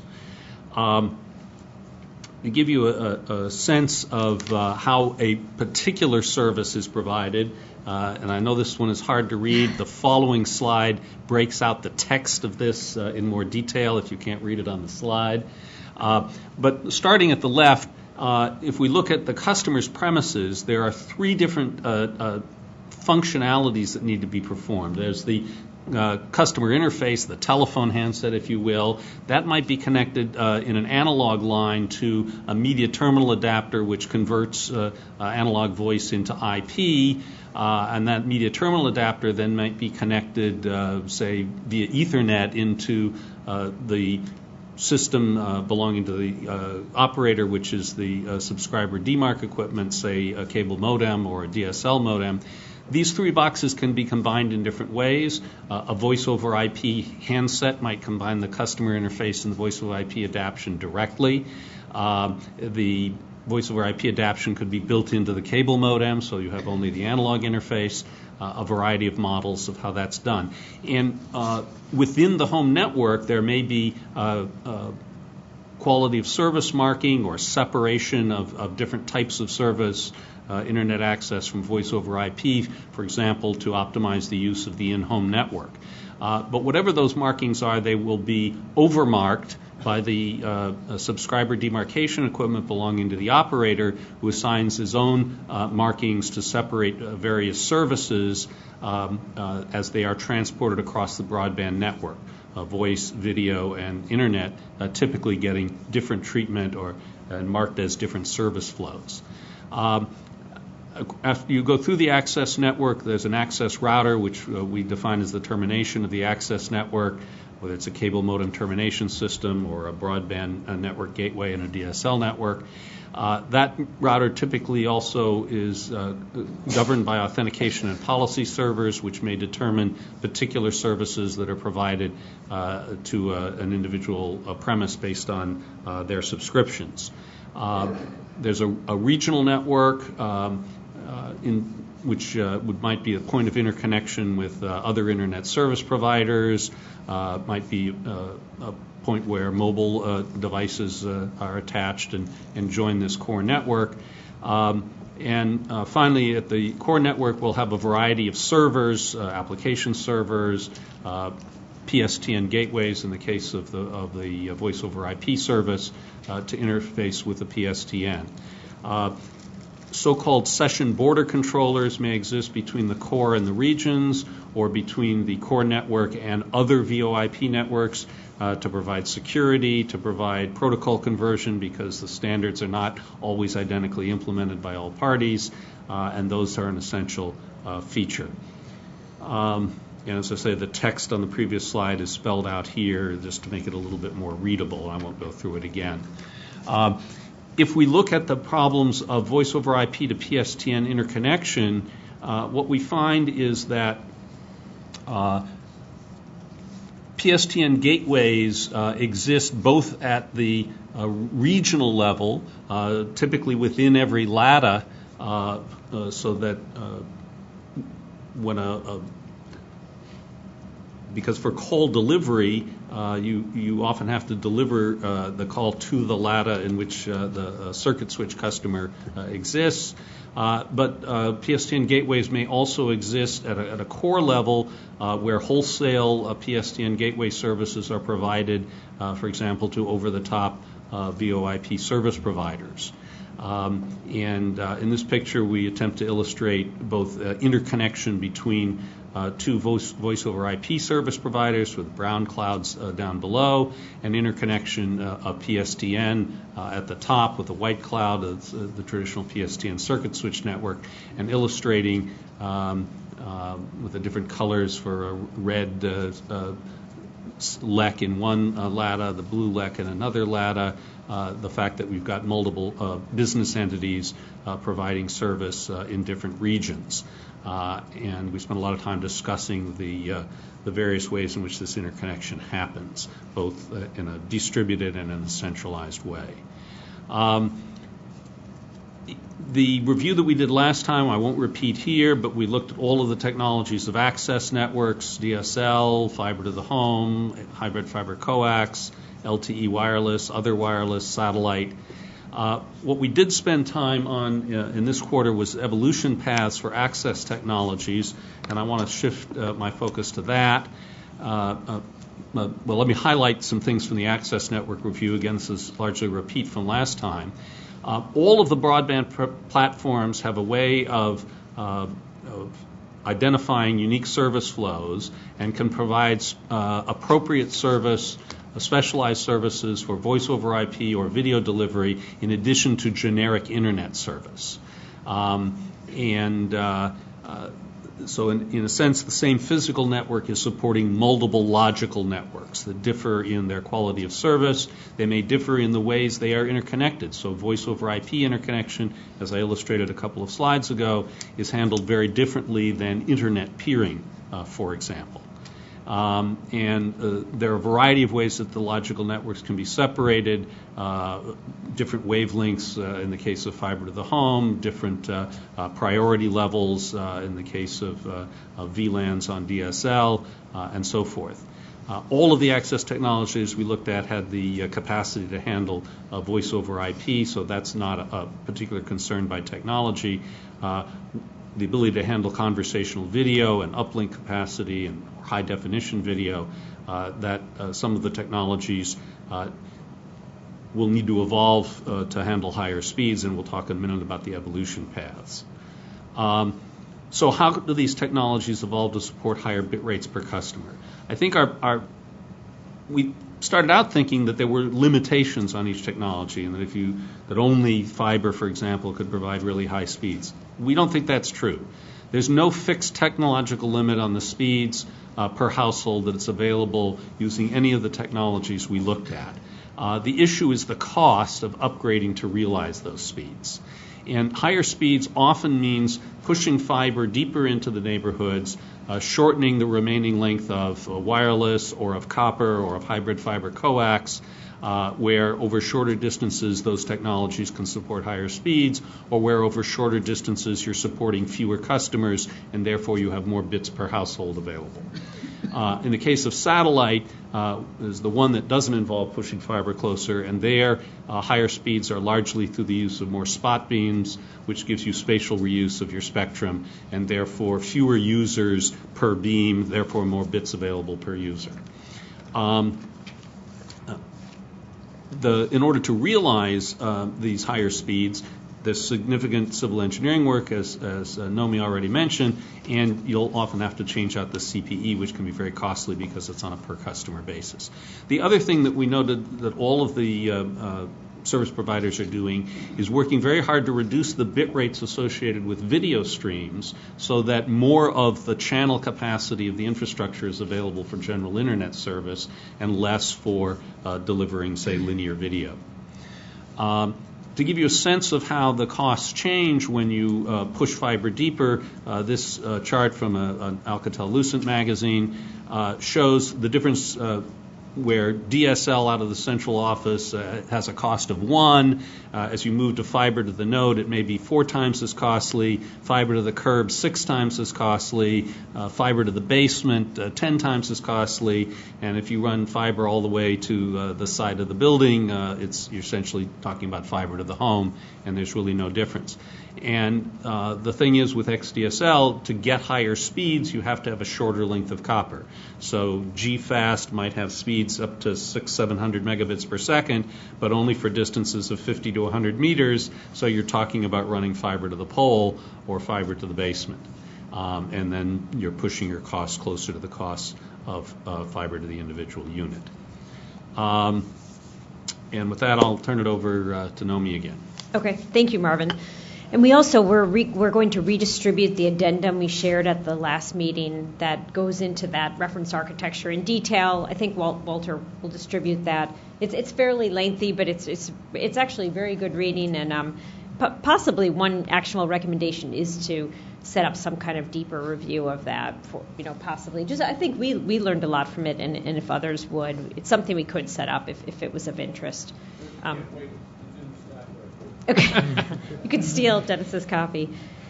So we also, just maybe a little bit more about some of our findings. We had a group that conducted quite a few stakeholder interviews.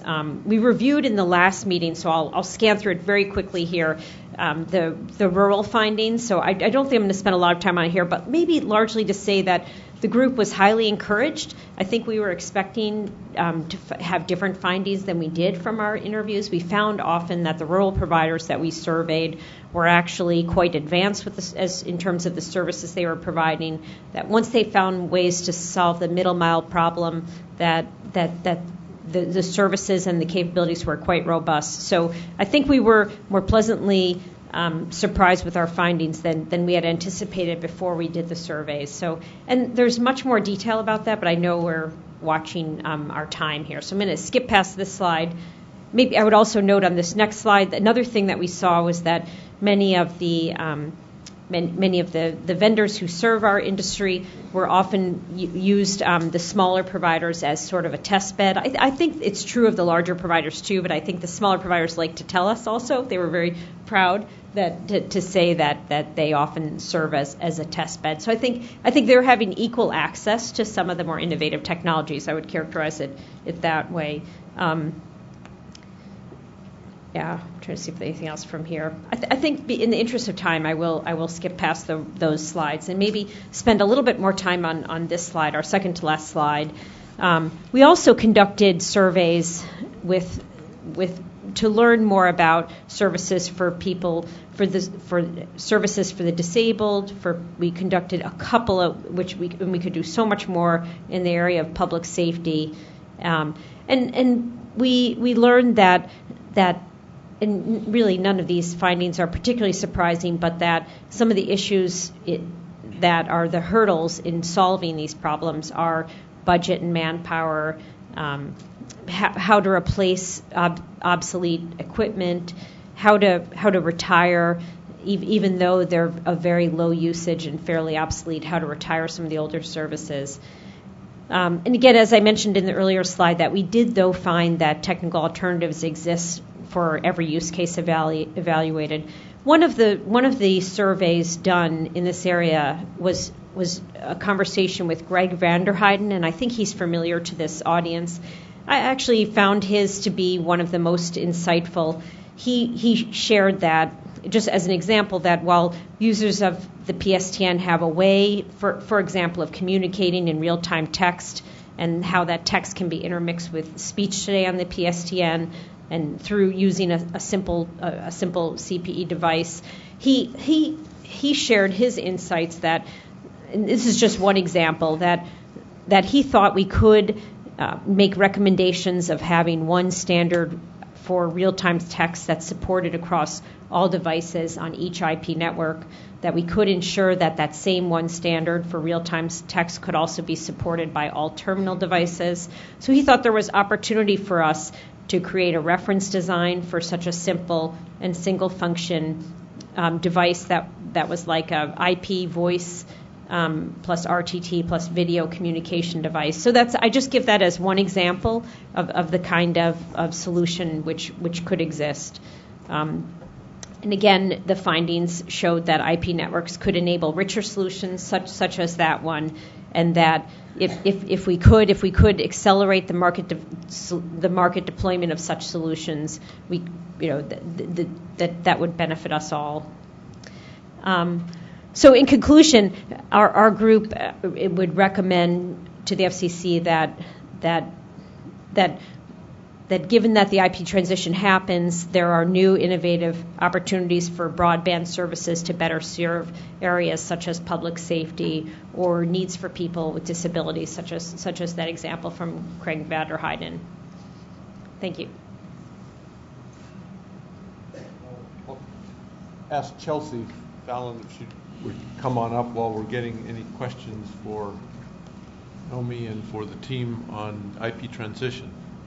I think there are a couple of empty slots, or you can sit and you can take the place of the Admiral since he's stepped out if you wish to. Any questions, though, on the transition to IP?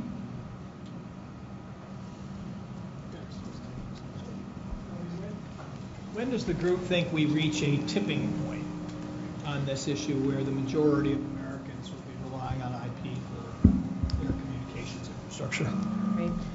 We didn't discuss a specific date, so maybe I would ask, everybody here if they wanted to weigh in. I think, Kevin, I've heard you speak to this kind of eloquently, just that it's actually rapidly already happening.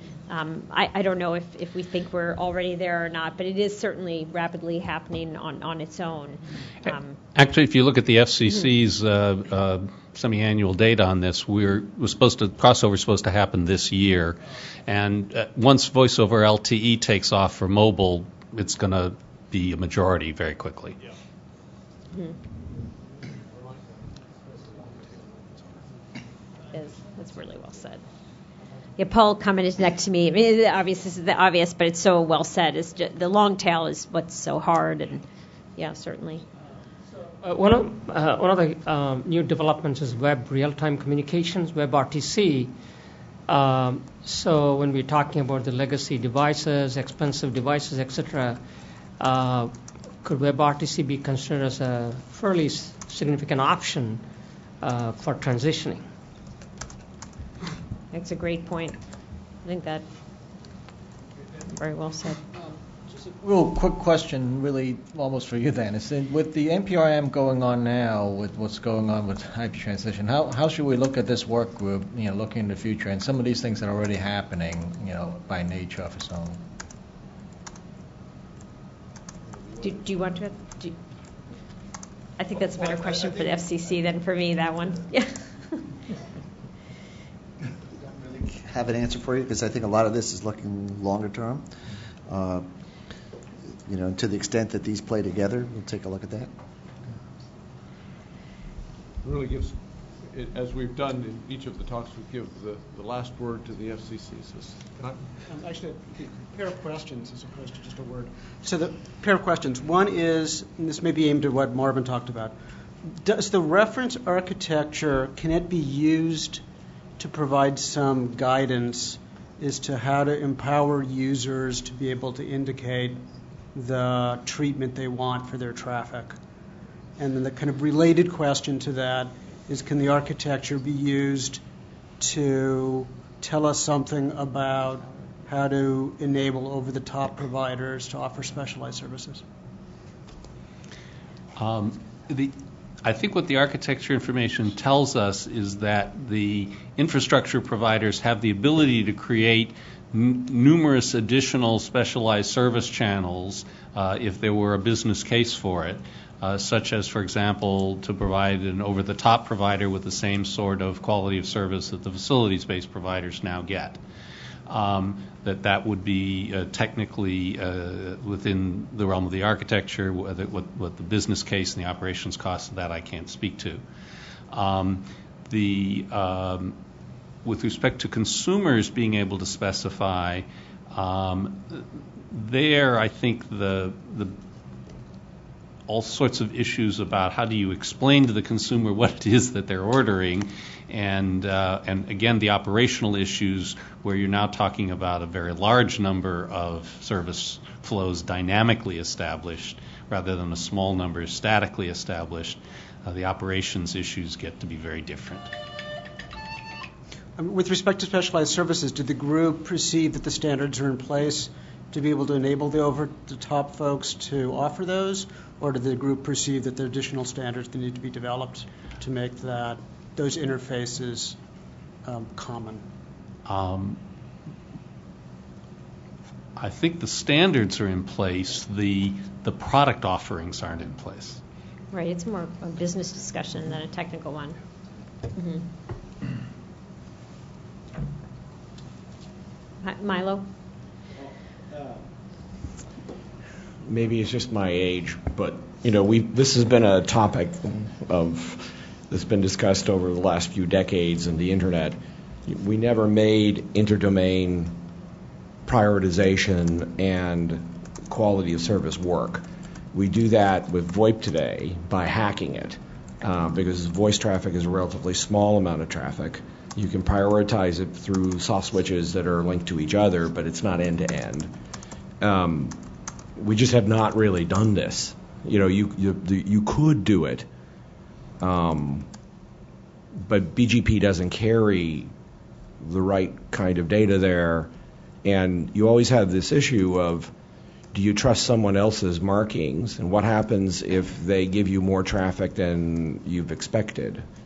And how we manage our network infrastructures are not designed to go do this. It's not ATM, right?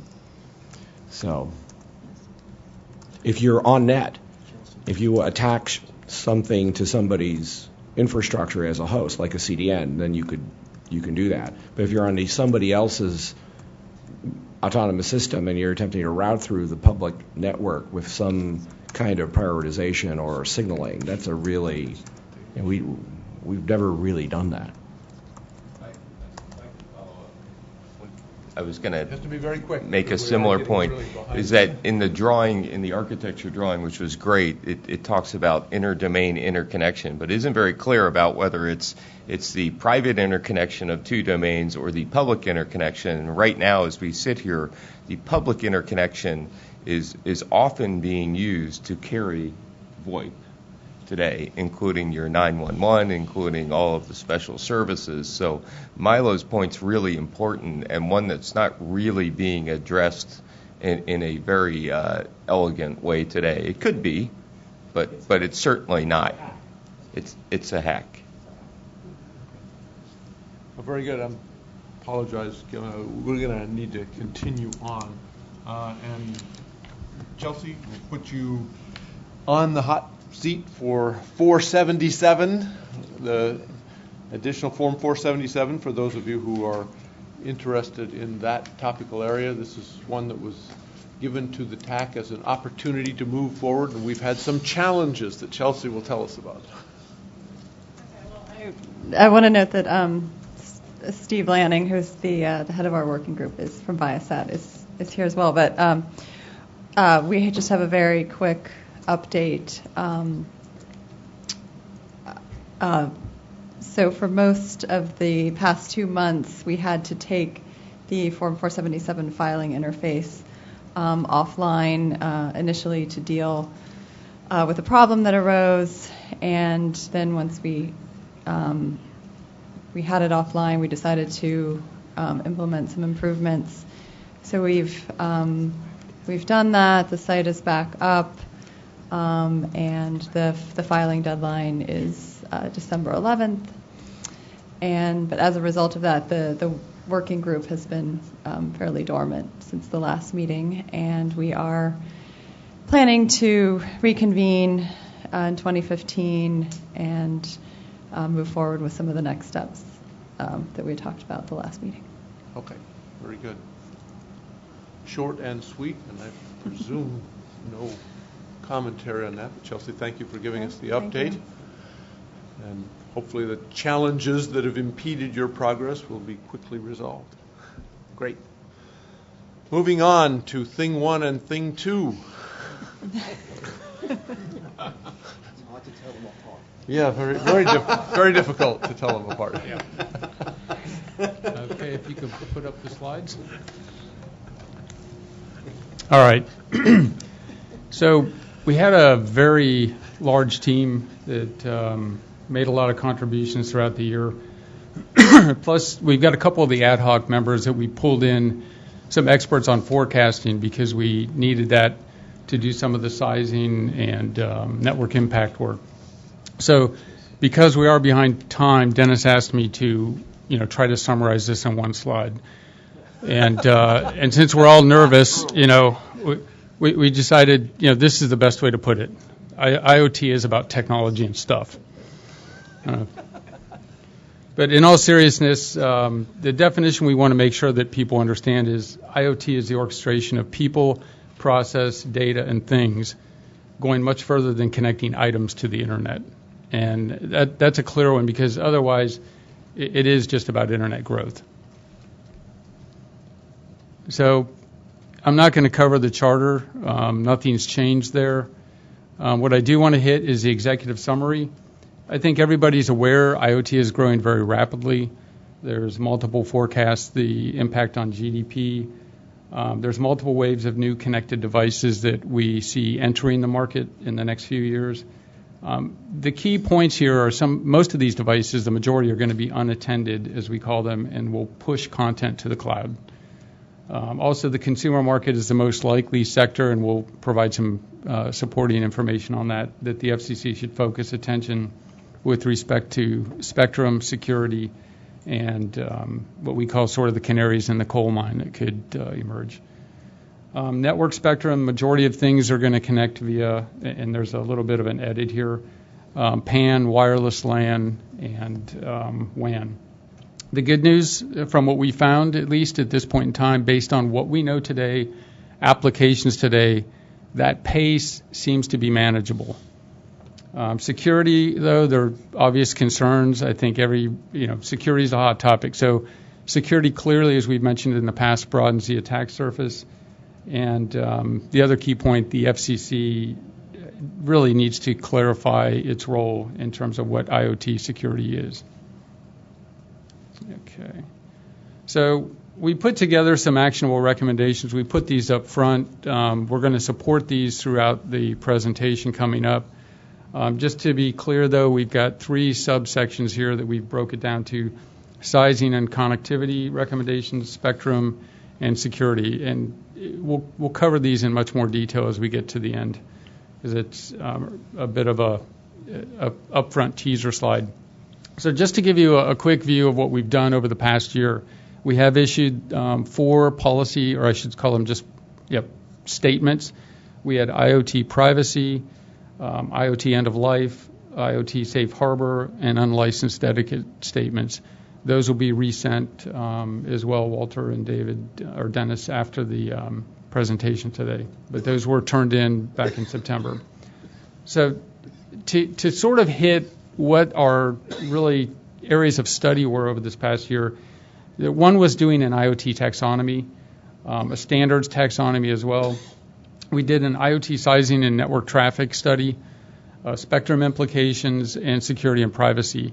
So the new areas that we're really going to bring you up to date on in this meeting is around IoT sizing and network traffic impacts, as well as security. The privacy statement, we feel we've hit that. There's potential more work that can be done on privacy, though. Just a quick view here. This is the taxonomy PowerPoint that was presented back in, I think it was the June meeting. The same with the IoT standards spreadsheet. And I am moving a little bit fast through these, but we have covered this material in the past. So Dennis is happy we're moving fast. So let me jump into IoT sizing and network impact. And I think, again, just to hit some of these key points, everybody gets this, the 50 billion connected devices predicted in 5 years, 1 trillion devices people are predicting in 20 years. Just during this discussion today, this presentation in the next 15 minutes, roughly 72,000 devices will be activated in IoT. So that gives you the scope of how fast this is growing. Serious GDP impact potential. Growth is being accelerated a lot by the capabilities of microcontrollers, the performance and price, sensor advancements, i.e. a lot of that being cost, and battery life, ubiquitous access, as well as the cloud infrastructure and new applications. We do see a bit of a bifurcated market coming out of this. You've got the consumer, and then you've got enterprise and industrial. And I'll get into some of those in a little bit more detail here.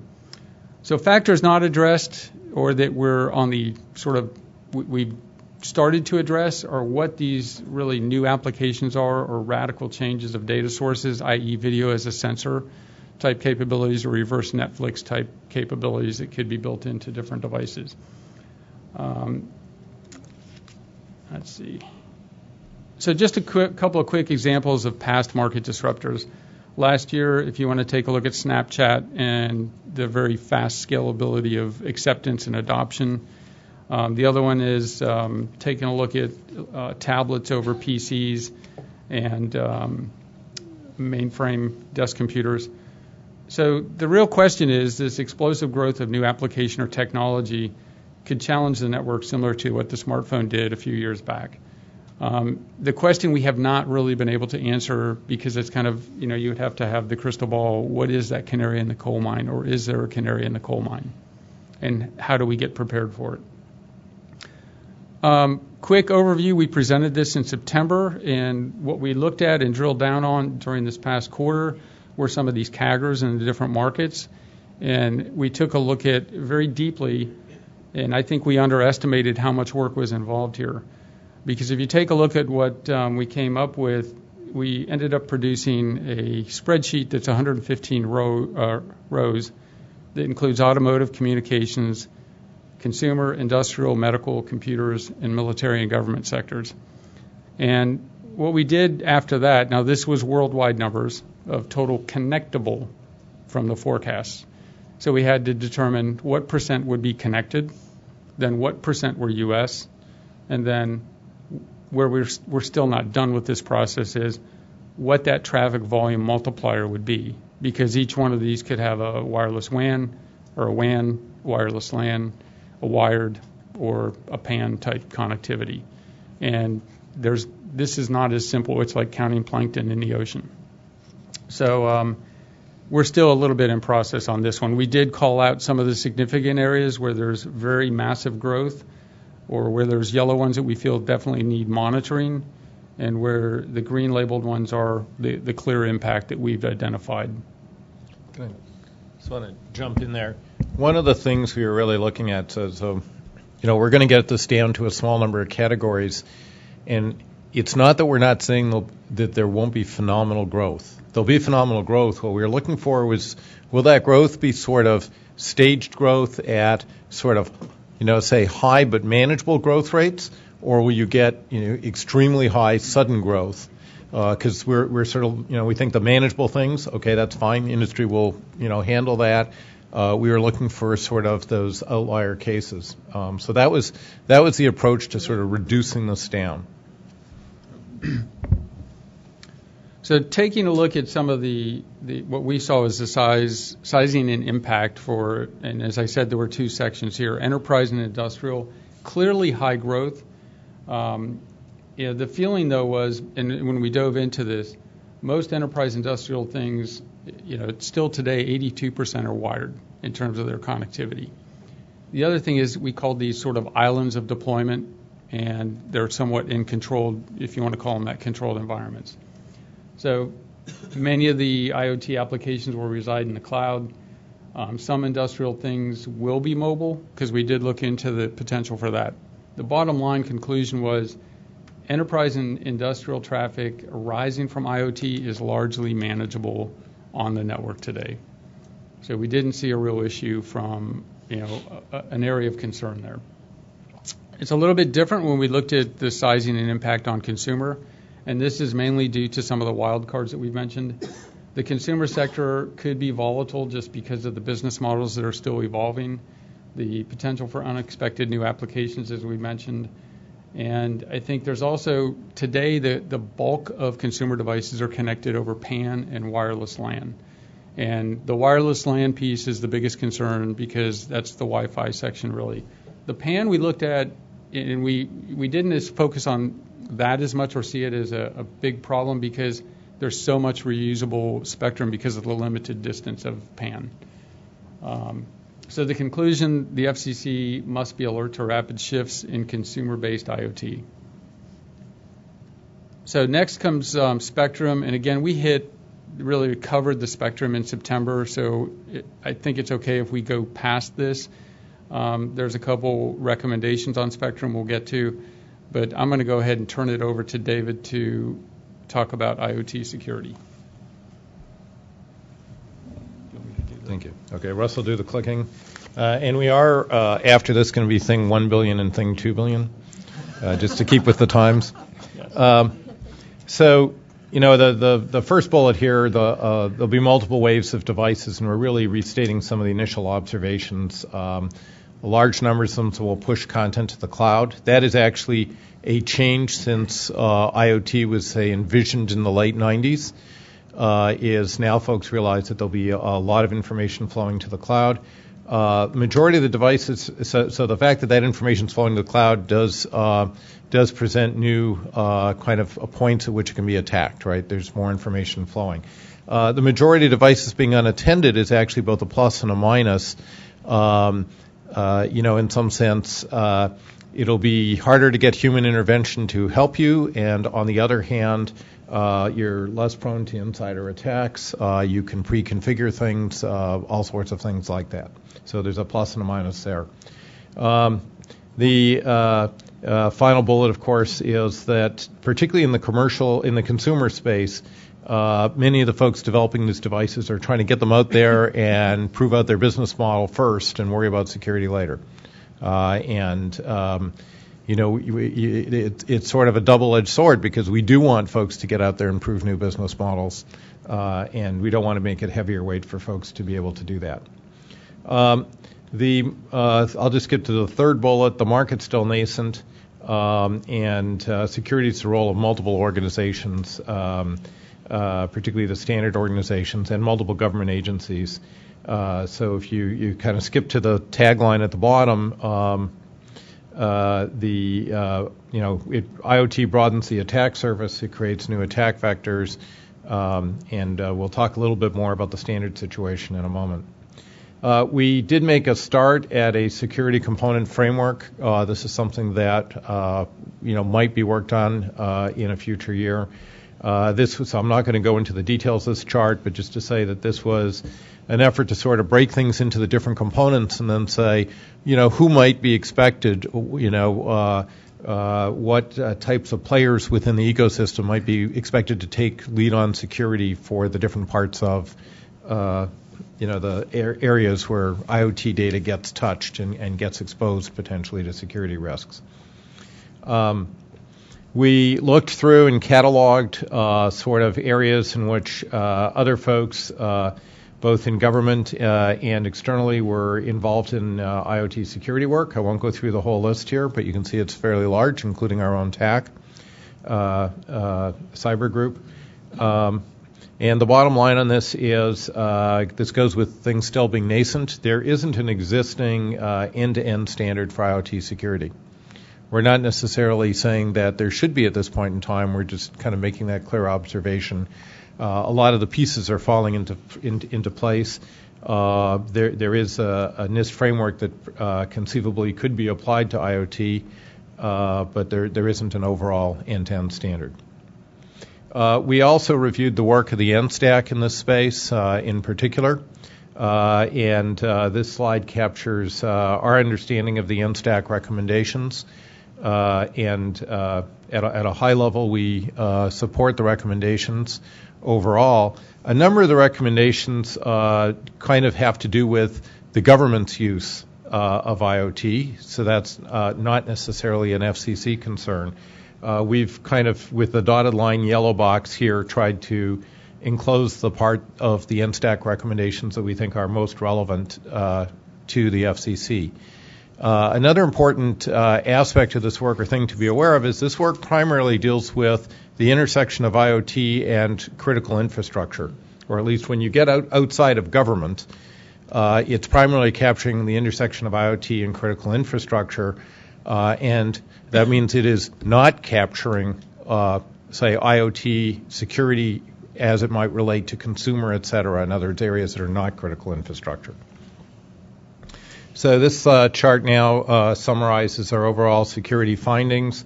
Again, the first bullet, I think we've kind of laid the groundwork for that.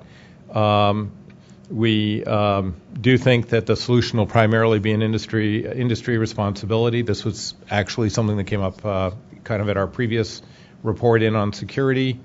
There may be, additional security requirements again for critical infrastructure devices per the work of the NSTAC and or devices that affect safety of life and property, even if they are consumer devices. As I mentioned, we support the recommendations of the NSTAC. The biggest bullet on this slide, and it comes out again in our recommendations, is that there's a lack of clarity concerning the FCC's role within the IoT security landscape. And this is something that, sort of we worked, in fact, kind of throughout the whole IoT study, something we were always doing is trying to say, well, that's really interesting, but what's the FCC's role? Whether it, had to do with, spectrum, privacy, you name it. With respect to security, we can see some areas that we suspect would be within scope, like attacks on the network itself, in other words, where things gang up to attack the network, say through a distributed denial of service attack. There would be cases where, say, one thing is interfering, causing essentially harmful interference to the operation of other things nearby, like through RF jamming or other types of network interference. Those are things that we would imagine being within scope. At the same time, there are things that we think would be largely out of scope. IoT standards. Standards aren't usually the thing the FCC does. And the overall security of the individual things would probably not be the FCC's concern. But the big part of this bullet is to say we didn't think it's the TAC. It was our job to sort of set the policy on this. We do think the FCC needs to figure out and very quickly clarify its role. Which are the particular parts it's going to worry about, and again, particularly when you get outside of critical infrastructure. The final bullet here is that there is a challenge here that we tried to be cognizant of, which is it's kind of easy for us from industry to say, well, the FCC shouldn't really worry too much about the consumer side of it. Industry will take care of it. But I think we do realize that if there is a case where something goes wrong and people's things aren't working, their home automation stops working, their billing automation stops working, et cetera, they're going to go running to their elected officials who will come to the FCC and expect the FCC to act. So we tried during our deliberations to be cognizant of that, and there is a recommendation related to that. Finally, it's important, we think, to keep public awareness of privacy and security issues in mind for consumers. This is a recent example. I think most of you are probably aware of it, so I won't go into the details. If you're not, catch up. But the key issue here is, it's a case of, much like the security features with phones that weren't being used that we saw earlier today. A security breach leads to a privacy breach. And a lot of this because of a lack of public awareness. So that leads to sort of just the need for increased public awareness and education. And that may be one aspect of the security of individual things where perhaps the FCC does have a role. I just want to make a quick comment on that, the hacking of the webcams, and for those of you who are not caught up. So 72,000 webcams were being broadcast on Russian websites because people, and this goes to, I think, some of the other cybersecurity comments, the phone security comments, people did not change their password. So, and, there's sites that actually publish passwords, default passwords. Go figure. And this is perhaps an example when we talked about these things being unattended, where people get these things, install them. There was perhaps an opportunity to take advantage of the unattended to have pre-configured them with security. That didn't happen, right? And so it cuts both ways. We also looked, so that's it for security. We'll get to the summary and the recommendations of security recommendations when we get to the overall recommendations. But finally, we did look at creating incentives and removing barriers, which was in our charter. I don't think we feel like we found quite as many opportunities as we might have been hoping for. Maybe that's good news because it suggests that industry's off executing, innovators are innovating, and they don't feel like they're being overly interfered with. So that's a good thing. We do think that having more clarity and visibility on the spectrum roadmap, particularly for wireless PAN and wireless LAN, would help a lot. So people have that confidence, essentially, and this fits within the spectrum recommendations as well. The confidence that the FCC's kind of watching and will make sure that there is enough spectrum for wireless PAN and wireless LAN available going forward. So good to take that uncertainty out of the system. Interoperability is another place where I think we could sort of speed things up, particularly in terms of interoperability across the gateways. Many of these things go from a wireless PAN to some sort of gateway that then takes them to either wireless LAN, wireless WAN, or wired. Interoperability across those gateways would be a very helpful type of thing to encourage. And carrier portability. If somebody is in the basically has things that include wireless WAN modems, which they drop ship to their customers, they might want to be able to move a whole fleet of those quickly from one operator to another. So things that would facilitate portability across wireless WAN operators. And the other items here I think are largely covered or pretty self-explanatory, so I'm going to skip over them. So that gets us to summary. Actionable recommendations. Yeah. Yep. That's part of the summary. Part of the summary. Okay. So do you want to take back? Do you want me to go? Sure. So, well, basically I'm going to read these verbatim because we did spend a lot of time on the word choice. So on sizing and connectivity, FCC to programmatically monitor the consumer IoT network traffic impact on wireless LAN and wireless WAN with focus on new high bandwidth consuming applications. That's more detailed than it looks like, but the FCC really needs to pay attention to what is happening on those two spectrums, we feel. Spectrum for consumer. Spectrum. To stimulate IoT growth, the FCC should focus on the availability of unlicensed spectrum suitable to a range of PAN and wireless LAN services. We did come to the conclusion as a working group, do not make spectrum allocations unique to IoT verticals. ensure that there is sufficient short-range spectrum to meet growth in PAN and WLAN requirements, and sufficient network capacity upstream from IoT devices and proxies. You want to pick up security, or you want me to continue? No, because you're doing the verbatim. We'll get in Yeah, trouble so security, FCC to define its role within the context of an overall cybersecurity framework, dedicate resources and participate in IoT security activities with other government stakeholders per the NSTAC recommendation.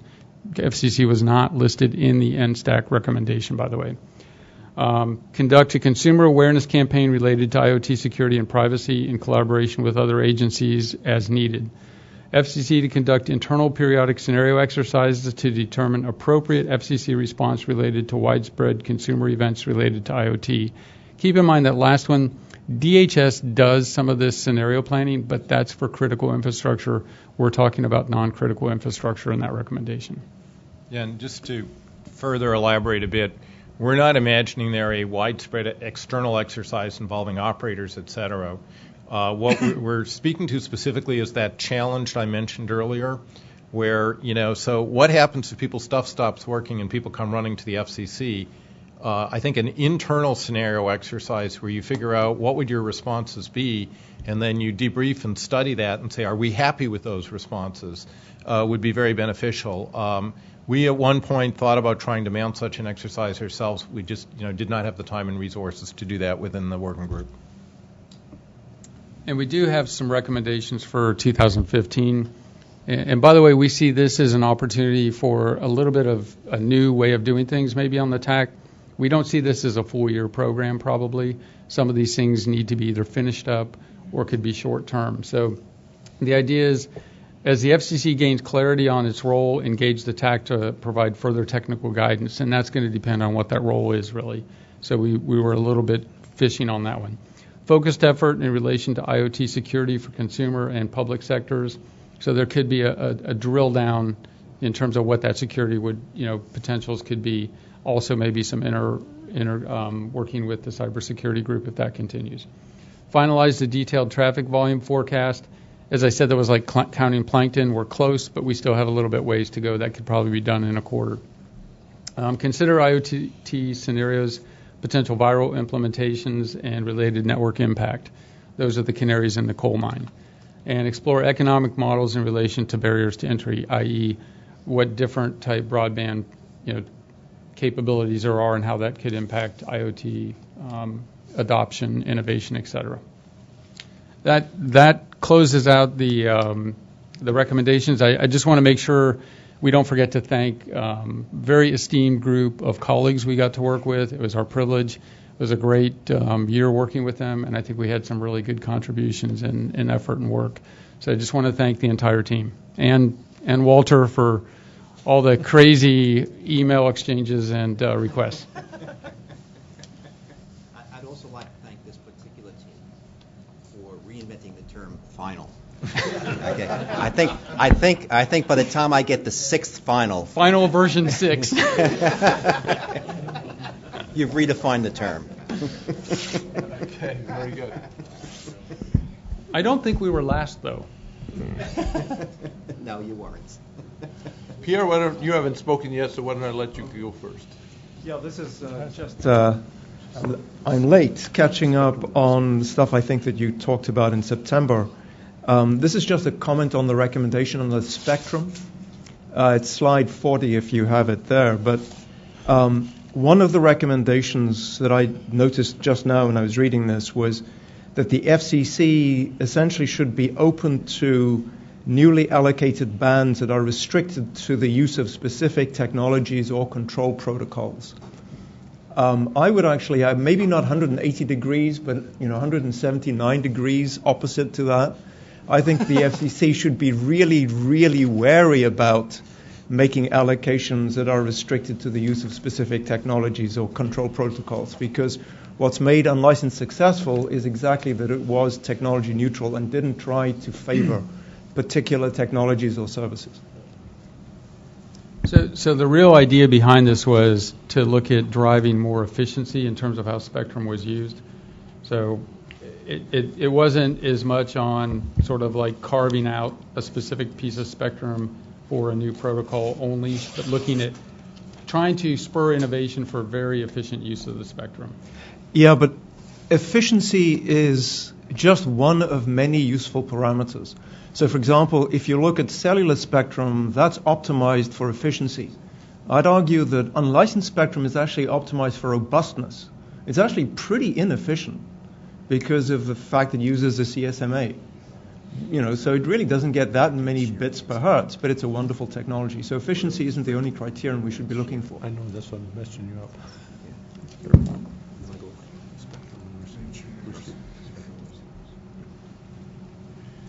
Any other questions? Yep. Peter.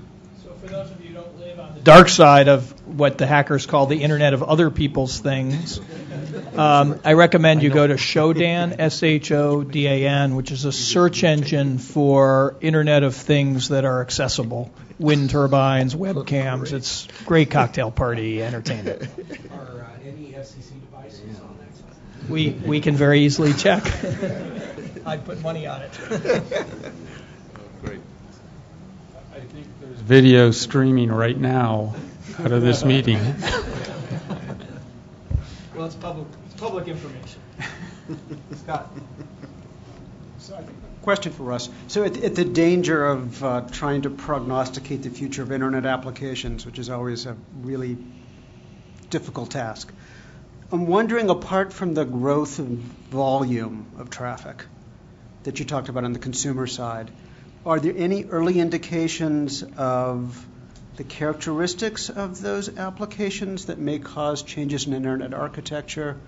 For instance, one set of applications that is often talked about are ones that are very delay insensitive, where you could transmit an off-peak, which has one set of implications, whereas another set of applications often talked about are more feedback control oriented and would be very sensitive to delay.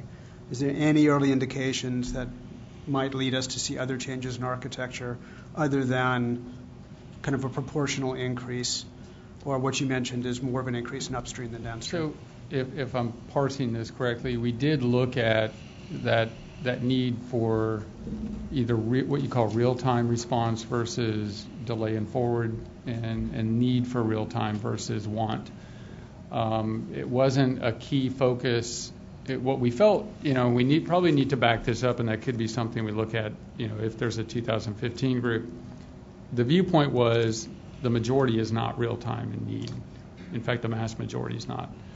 At the same point, you start to get into, we tried to move away from the discussion around how you treat packets, because there's a whole NPRM open on some of that. But looking at some packets clearly don't need to be, well, I don't want to even say it that way, have different requirements, like you said, in terms of real time and non-real time.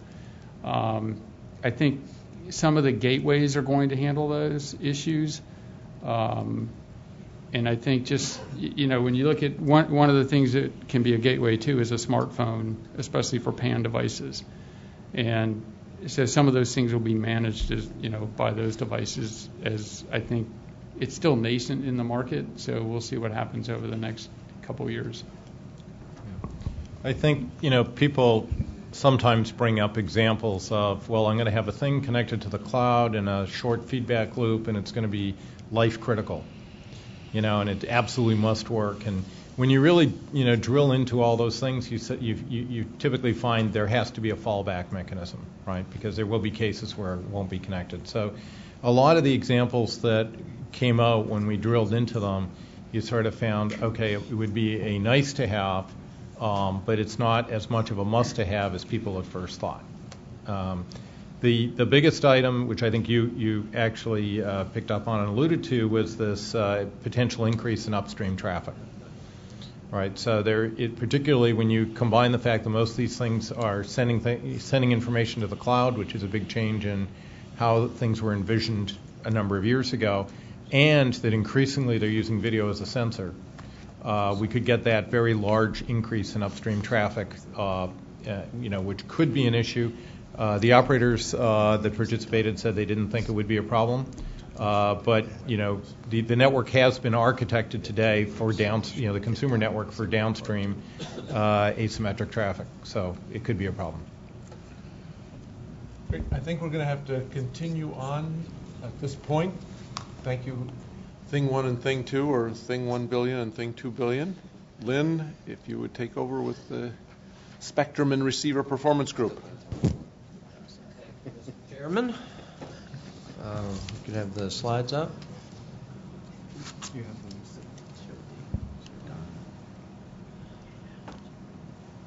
Okay, this is our mission for 2014. It hasn't changed this year, and we have tried to color within the lines of these 3 points, which basically break down into efficient use of radio spectrum, follow on with the interference limits policy proposal that the TAC has dealt with previously, and looking at enforcement issues in the rapidly changing RF environment and how they might be modernized.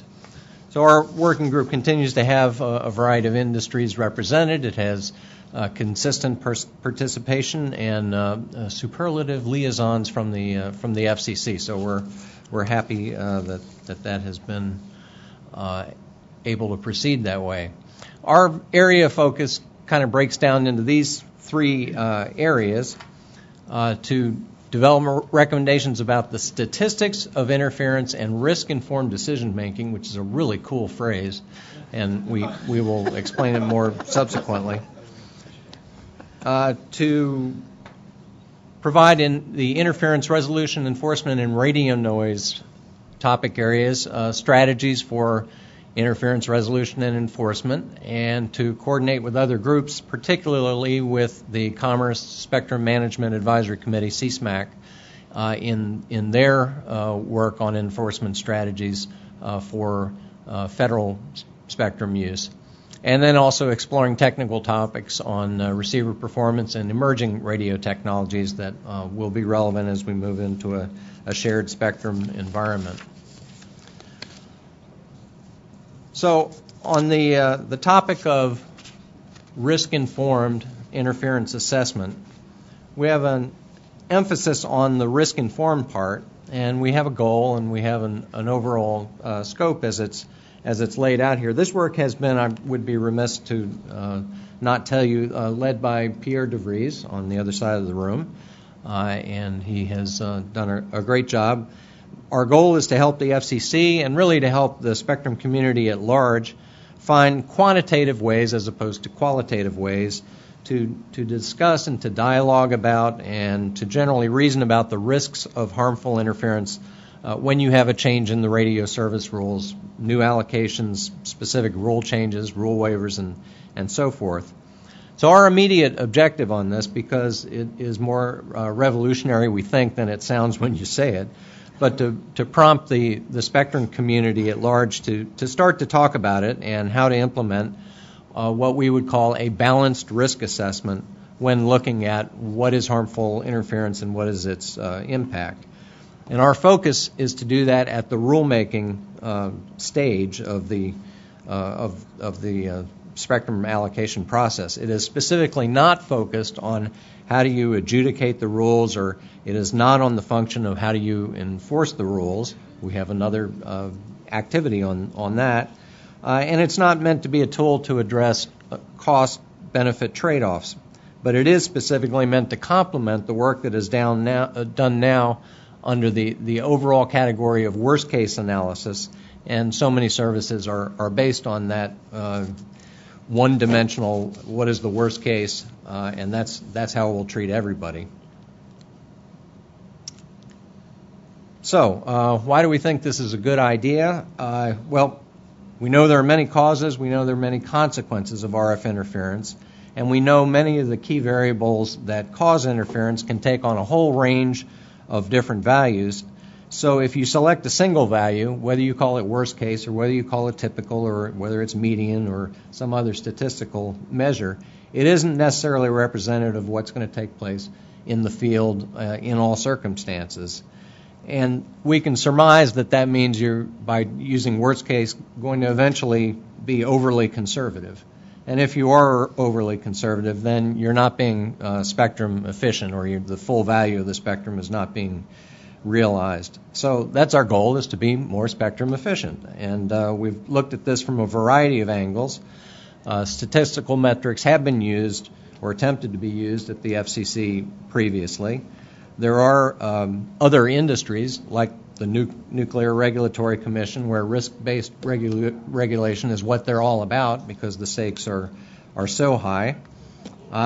We've looked at where the FCC has pushed back and said, well, in this case, worst case is not what we want to do, and other standards organizations have dealt with this as well. So our overall conclusion is that there is an opportunity to broaden the analysis and to get away from the one question of what's the worst that can happen to the three questions of what can happen, how likely is it, and what are the consequences, and get a richer result as a consequence. So there's some tidy definitions here on risk-informed decision-making, an approach to decision-making in which insights from probabilistic risk assessment are considered, along with the public interest and other engineering insights. Risk assessment is the analysis technique that sets out to address those three questions that I mentioned. What can go wrong, how likely is it, and what are the consequences? And then our term risk-informed interference assessment would be the systematic analysis that followed of the likelihood and consequence of interference hazards when you have two radio systems or more than two interacting. So here's our only colored graph in the presentation. It's supposed to illustrate the concept where you have the x-axis is likelihood of occurrence, and you have qualitative scales on the left side being doesn't happen very often at all, very rare, and is certain to happen all the way at the right. And then the y-axis is the consequence scale, and again, it's qualitative at the low end to be low severity and the bottom and the top end to be high severity. So risk, which is the combination of the two, gets increased as you go up and to the right. The green areas of this curve then are things that are unlikely or rare, and they don't really have severe. They have medium or low severity consequences. Yellow would be where you have inversely correlated pairs of rare occurrence and high severity, or the opposite. And then red would be things that are high risk. Those are the things you really want to avoid, things that are likely or certain to happen, and they have medium or severe consequences. So the thesis of our group is that if you could develop these tables and go from those qualitative scales into something you could actually measure, some metric you could actually put a number on and say it goes in this block, not that other block, then this would be an informative way to look at interference regulations. But it's easier to do than it is to say, and some systematic procedure has to be in place to produce a chart like that if it's going to make any sense. Because you have to know a lot of things. You have to start with an inventory of all the significant harmful interference modes, and you need to determine some kind of impact metric to characterize the severity. So that might be in a satellite service outage, or it might be audible degradation in a FM radio service, or bit error rate in a mobile service, or range capability reduction for radar. You can go on and on. But for each of those hazard modes, its likelihood and its severity has to be assessed, and you have to quantify it. So that's the tall order of this technique.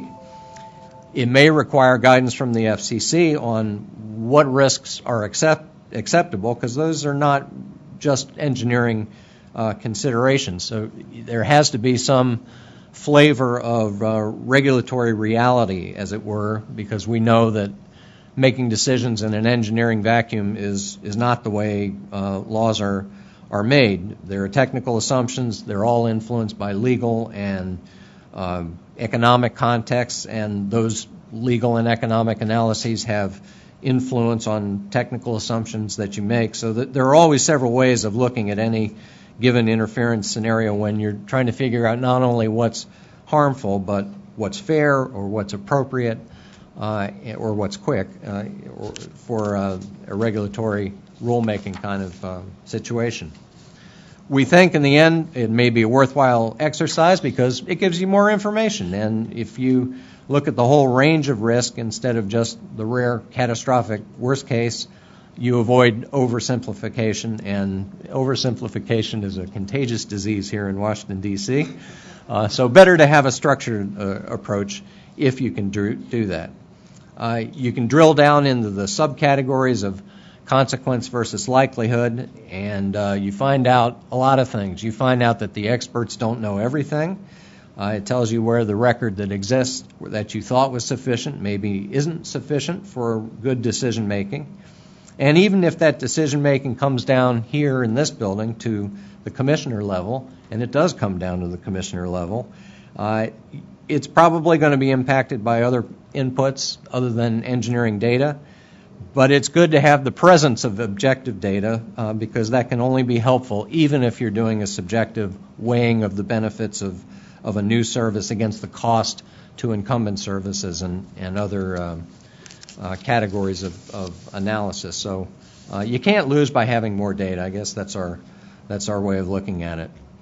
So our recommendations in this area are first, look at it in a small way and something that is tractable, not something where you're trying to boil the ocean, and recognize that even if that small tractable problem has merit, this is somewhat of a revolutionary change. The culture has to get used to it, so it will take a long time, but get started now. We think getting the spectrum community overall to start looking at it is a good place to start. We think also there is mutual interest with the other agency, with NTIA, for looking in how to regulate government-used spectrum. And we are putting together, Pierre has put together, it's just within the working group now, an introductory paper that goes through a lot of these concepts, and that, of course, will be shared with the TAC. We'd like to also share that perhaps with NTIA and the CSMAC to get their views on it. After you get buy-in from the community, you can start talking about public notices and notices of inquiry if this gathers some momentum. But we think the agency itself needs to develop some know-how. The FCC could hold annual guest lectures. They could have a lecture series on modern risk management. Many of you know the FCC has an internal FCC university for education of FCC staff, and perhaps having a course in that FCC university on this kind of topic would be helpful to staff development. So we're encouraging the FCC to find some entry point for trying out risk-informed interference assessments on whether it's a thought experiment or hopefully some kind of pilot approach on a voluntary basis. It could also be something that's included in reports and orders, in its own analysis and its rulemakings. It could be in the discussion sections and other kinds of documents that come out of the FCC. So our next topic, interference resolution and enforcement. We have two areas of focus there: to recommend new strategies to address the new changing RF environment, and to coordinate specifically with the NTIA Spectrum Management Committee on how to achieve enforcement in a shared spectrum environment where you have commercial users on the one side and federal spectrum users on the other. And that work is championed and led in the group by Dale Hatfield, directly across from me. We did previously release an introductory white paper on this subject. It's on the TAC website.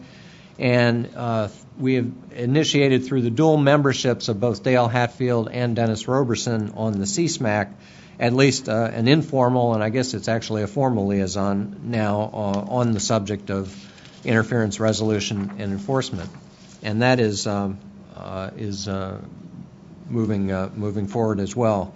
So we've separated in the time since the white paper the topics of transmitter identifiers and emission designators as separate things that can help in interference resolution and enforcement, and things that would be useful in further study. We've looked at a lot of things. If you're trying to do enforcement, you can get fooled a lot of times by things that have nothing to do with what's being transmitted or how receivers behave, but things that happen in between, such as passive intermodulation, where a rusty bolt on a tower can cause intermodulation that no regulation of the transmitter and the receiver is going to solve. So there are a lot of gotchas in trying to do enforcement because there are usually more variables than there are equations to solve them. These are all included in a strawman proposal. We have a strawman paper that's on the TAC website. Essentially, that same proposal is being worked through in the CSMAC as well, and these kinds of concepts that are in the TAC paper are being studied by the NTIA as well. In terms of coordinating with them, this proposal from CSMAC, as it exists in CSMAC now, assumes a lot of things about how you might do enforcement. It assumes that there is a commercially operated database, geolocation-based spectrum access system, and it assumes that there's a real-time spectrum monitoring and measurement system in place, and that would be operated by the federal government incumbents and would be intended to protect their exclusion zones, their coordination zones from harmful interference. And it also assumes that there would be a spectrum monitoring program that was operated by the government, by NTIA. So this proposal within CSMAC focuses on how to protect federal users. It doesn't focus on interference between and among commercial systems, but it's a starting point. And it does use some of the concepts that have come out of the TAC, such as the existence of harm claim thresholds and interference limit policy are assumed there as well. So we think that this cross-pollination may be fruitful as that discussion goes on. In our group, feedback has been solicited on this proposal, and it has been supportive at least at the directional and the conceptual level, but the concerns tend to the practical. Who's responsible for developing the systems that are identified? Who bears the capital expense and the operational expense that are associated with operating and upgrading and maintaining these systems? And the idea of having now multiple and interreactive spectrum access systems, some on the federal side, some on the commercial side. How do you do successful interworking between those? How do you have communication and negotiation take place between them? Who wins in a debate?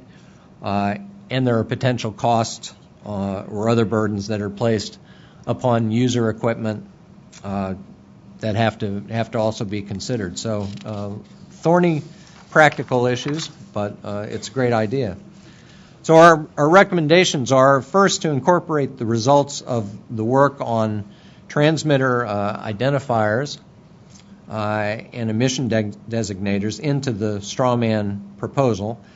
Second, to continue this informal/formal coordination with CSMAC.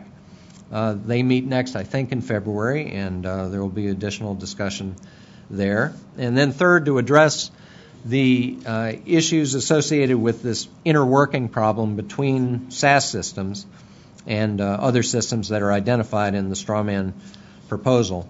And then last, to address the issues and the potential solutions where interference is causing an immediate threat to safety of life and property, because that's where the rubber meets the road and the stakes are high.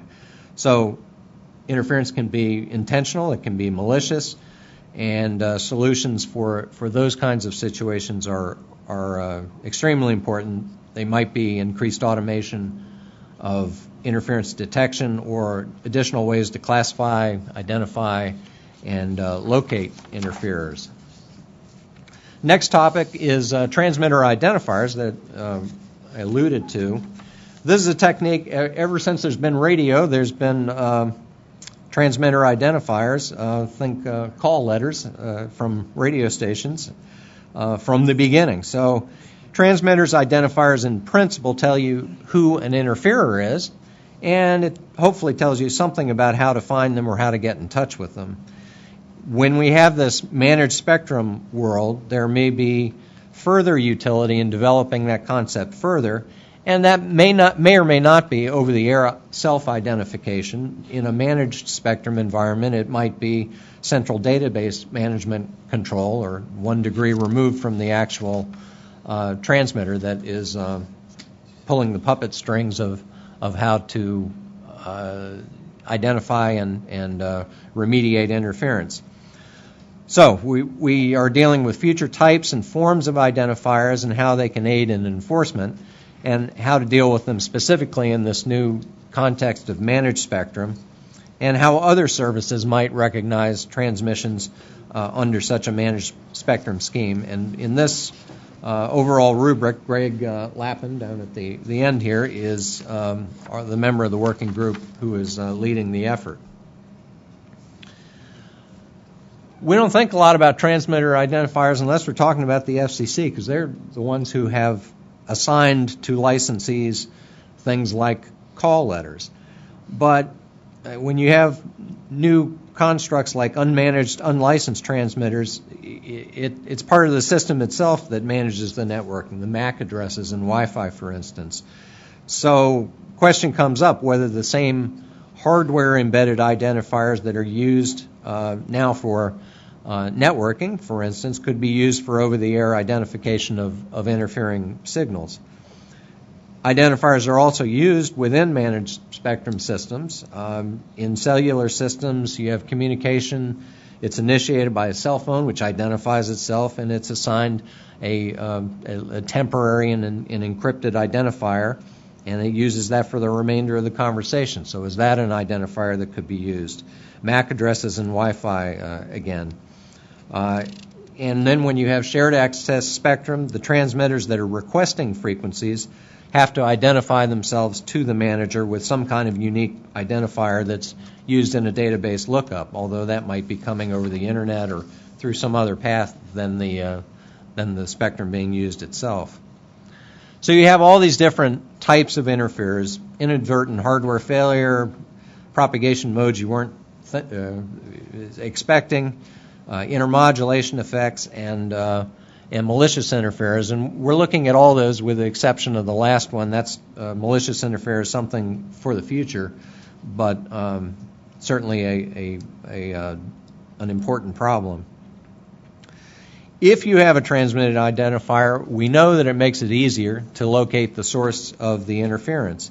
And if interferers can be recognized and located by systems that are operating, then the people operating those systems can solve their own problems, and they're not going to the Enforcement Bureau.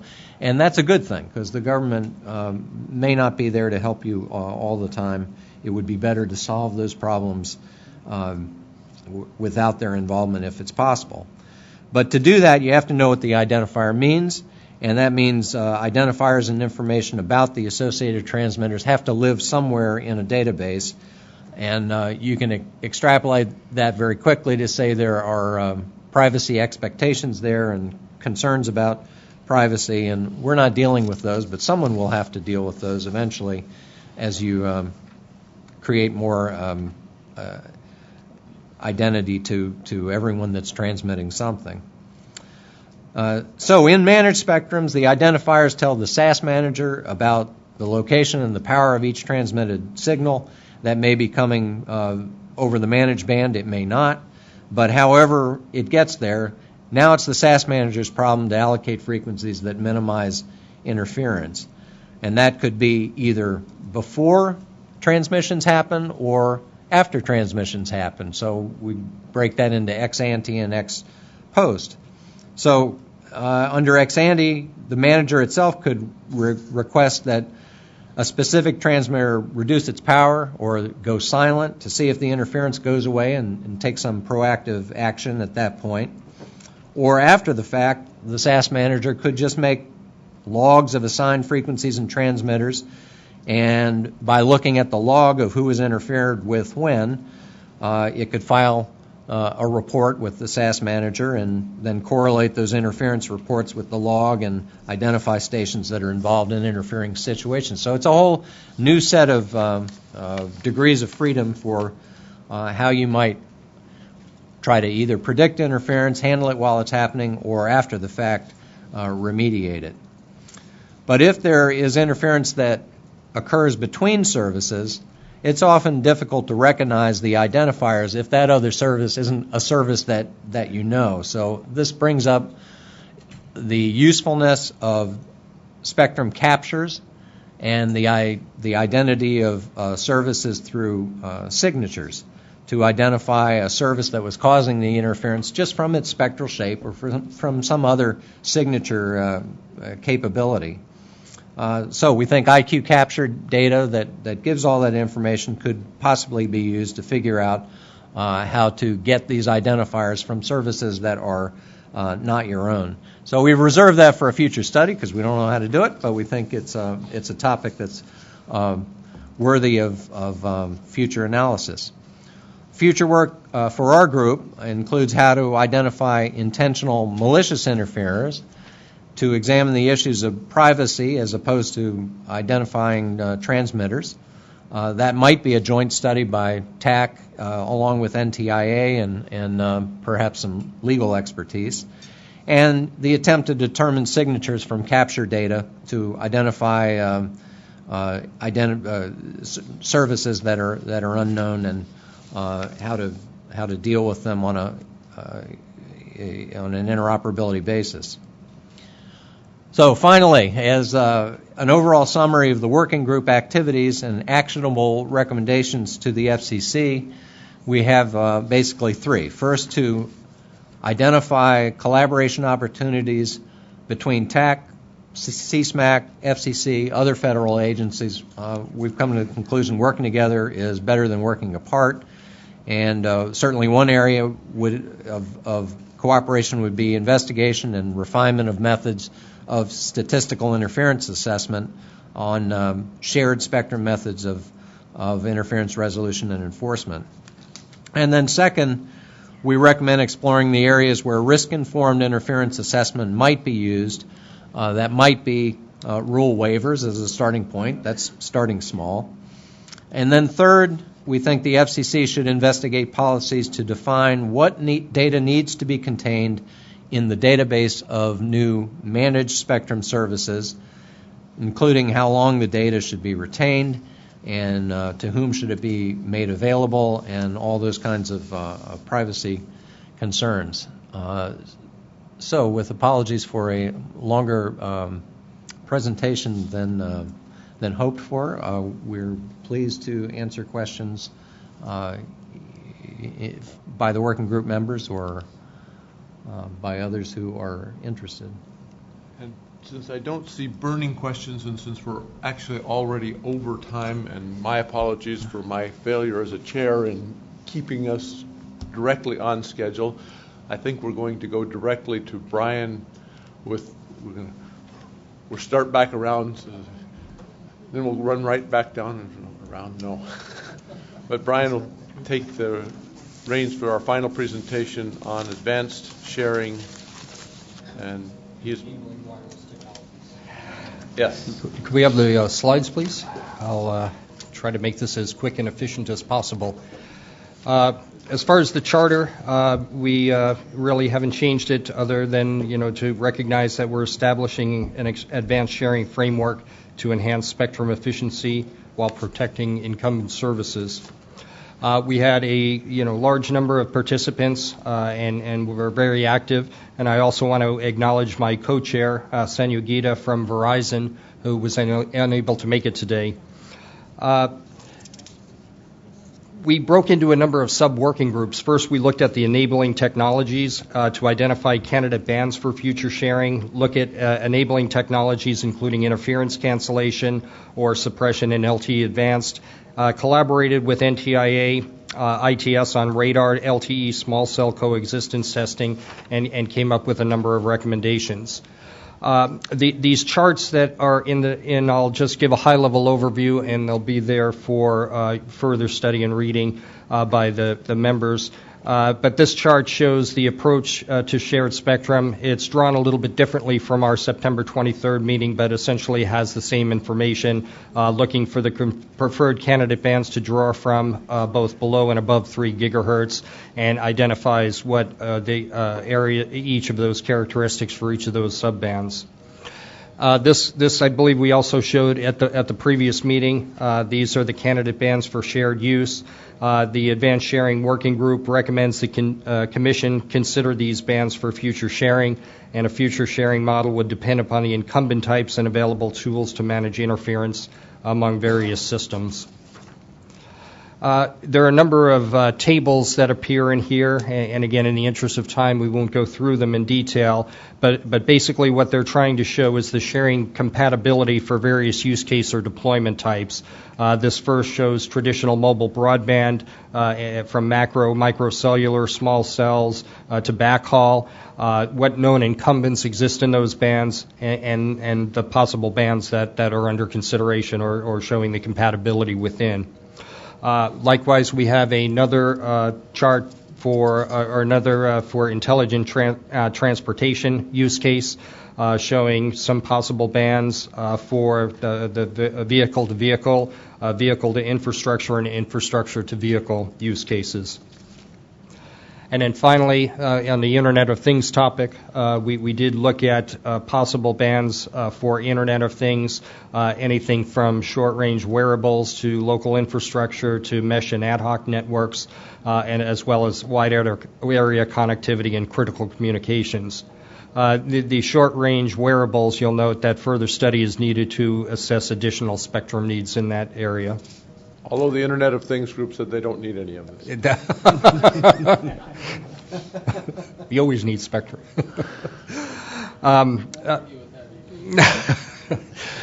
This slide, again, I think we showed this one in September. It talks about LTE Advanced bringing different dimensions of improvements to leverage wider bandwidth, giving us higher data rates, leveraging more antennas through MIMO, giving us higher spectral efficiency, and leveraging heterogeneous networks, giving us higher spectral efficiency per coverage area. The enhanced receivers offer better user experience and more capability. Again, I believe we showed this in September. That shows various interference cancellation and which 3GPP standards that's been defined in for LTE Advanced. There was a live demonstration done at the Mobile World Congress 2014 using LTE Advanced Test Network in San Diego.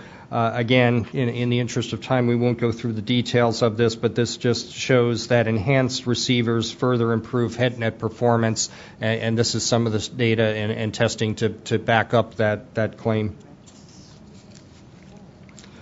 This slide, again, I think was something we showed back in September, giving examples of LTE features for sharing and what could be shown: immediate shutdown of LTE for spectrum clearing, effective but calls drop, graceful shutdown is effective but we have transmitter dynamic range issue. Cell barring feature was a desired mobile device behavior and depends on the mobile device state. It's used with other features. And power control, uplink power control, it defines exclusion zone reduction benefit, depends on the RF conditions. Some of the key learning in interference cancellation and suppression for LTE Advanced. The interference cancellation is going to depend upon the knowledge of the interferer signal waveform at the victim's system. The interference cancellation will minimize performance degradation at the victim system, and statistical techniques are an alternative that could be used for interference suppression instead of cancellation. If we look at an LTE mobile device, it has at least 2 receive antennas, and the eNode B, the base station side, has 2 to 8 receive antennas. So spatial filtering is a powerful tool that can be used for interference suppression. This whole concept of interference cancellation and suppression is a very important aspect for LTE and LTE Advanced, and it's used today to improve data rates, especially at the cell edge, and add network capacity. It also allows tremendous gains for the heterogeneous network operator when small cells use the same frequency assignment as the macro coverage, and it's a good way to get effective reuse rather than unity. The key learning from the radar LTE coexistence, there was lab testing conducted by NTIA of LTE small cell and radar coexistence, and it verified that LTE is quite robust vis-a-vis some radars, even with high interference. And they did testing with 24 unique radar waveforms, simple pulsed and LFM chirp injected into LTE small cell downlink and uplink. It didn't replicate any particular system, and the results could differ from other types of radar. And the links are available where those test reports can be found. In the area of propagation models, the propagation models are coexistence scenario dependent. The worst case versus typical considerations are important, and it's also site-specific versus general and empirical. The current defaults are listed here: free space line-of-sight links, such as used for fixed system. High tower systems for long range can use the irregular terrain model, and cellular systems typically use the extended HATA model, with valid from 30 to 300 megahertz, 3,000 megahertz. And various approaches are considered by NTIA and ITUR, sharing recommendations on CEP studies, and there's a number of studies listed there. And methodologies and recipes are needed for specific scenarios. As far as recommendations, it's recommended the FCC and NTIA continue their dialogue on making additional spectrum available for sharing, including the bands that we've identified in the report. Private sector should aid this FCC and NTIA policy considerations of enabling wireless technologies for incumbents and new users of spectrum, including interference cancellation, interference suppression, and coexistence testing. And the FCC and NTIA and the private sector should jointly agree on pragmatic and realistic deployment models and coexistence requirements, and updated propagation models for sharing studies, and clutter density and deployment and loading are key dependencies. Next, we have the database subgroups, and the summary here is that they explored a variety of database-based sharing methodologies. The focus was on advanced sharing techniques that go beyond what's being proposed in the 3.5 gig NPRM. Sensing may enhance database approaches, and a wide range of implementation options spanning simple coarse-grained decision-making, more dynamic sharing with integrated user feedback, and detailed propagation modeling. This slide is really a rewrite. I think we presented this back in September as well. What it's trying to show is that a wide range of solutions should be considered in the creation of the spectrum database frameworks. And the various sharing approaches look at fixed rules and devices versus adjusted rules for the database. Again, in the interest of time, we won't go through this in any more detail unless there's any questions that come up. The summary on enforcement. Enforcement is how to identify and locate a rogue device on a network of devices. And one proposed answer is through interference measurement and reporting by devices, empowering the spectrum database to discover devices operating outside its authority. There's concern about predictability of operation of devices distributed through retail chains to be used for lower tier type access, and how to ensure they do not cause interference to protected users, and should go through similar certification processes, and they may interchangeably operate in protected or unprotected modes. There's a need for a well-implemented certification of devices and have managed retail distribution of them if offered directly to end users like femtocells. Crowdsourcing enforcement, possibly with incentives for reporting non-compliant devices, could be an interesting approach. The bottom line is more study and discussion is needed. The database subgroup summary on security. Spectrum sharing and spectrum database should not expose information which would not otherwise be accessible through the web. There are concerns of national security or user privacy which must be addressed with care, and queries to the database must be pertinent to the purpose where indicated. The risk may be the ease of access to a collected set of information provided to the spectrum database, and again, more study and discussion on this issue is needed. So the recommendations are static protection zones may be used when incumbent use is static and or cannot be shared fully dynamically. It's preferred to define static protection zones based on incumbent protection criteria rather than fixed geographic zones. The spectrum database should not expose more information about federal primary users than is already able to be determined by other means, and crowdsourcing enforcement with possible reward mechanism for participation can be explored. And there's additional topics to consider in enforcement on security and on interoperation of multiple spectrum databases, and the various questions that could be answered in these consideration of these topics. Finally, the RF model city. The concept has been discussed in multiple industry and academic workshops. In particular, there was the NSF hosted a workshop on future research infrastructure for the wireless edge in November, where infrastructure sharing was discussed in depth. And this is aligning with smart city initiatives and may introduce additional interest from relevant parties. There's a number of potential topics for the 2015 TAC, including looking at the 6 to 24 gigahertz bands and this crowdsourcing enforcement incentives for identification on non-compliant devices and users.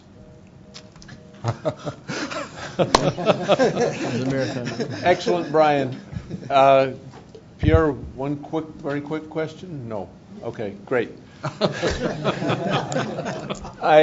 I do apologize that we're running a bit over when we have such a history of ending on time, but I really want to close by expressing the appreciation particularly for the chairs of the working group and particularly for Brian after his double duty effort today. It's been very, very impressive. The other group that I'd like to recognize, and unfortunately most of them are no longer in the room, but a few are, for those members of the FCC staff who have been so terrific in the process in serving in the liaison role and so often being the coordinators and the glue that keeps things going, and so great appreciation for that group who have done so much to allow and enable the contributions that have been witnessed today. With that, let me turn things to Julie. Any comments that you'd like to share? First, Brian gets the prize for slides per minute.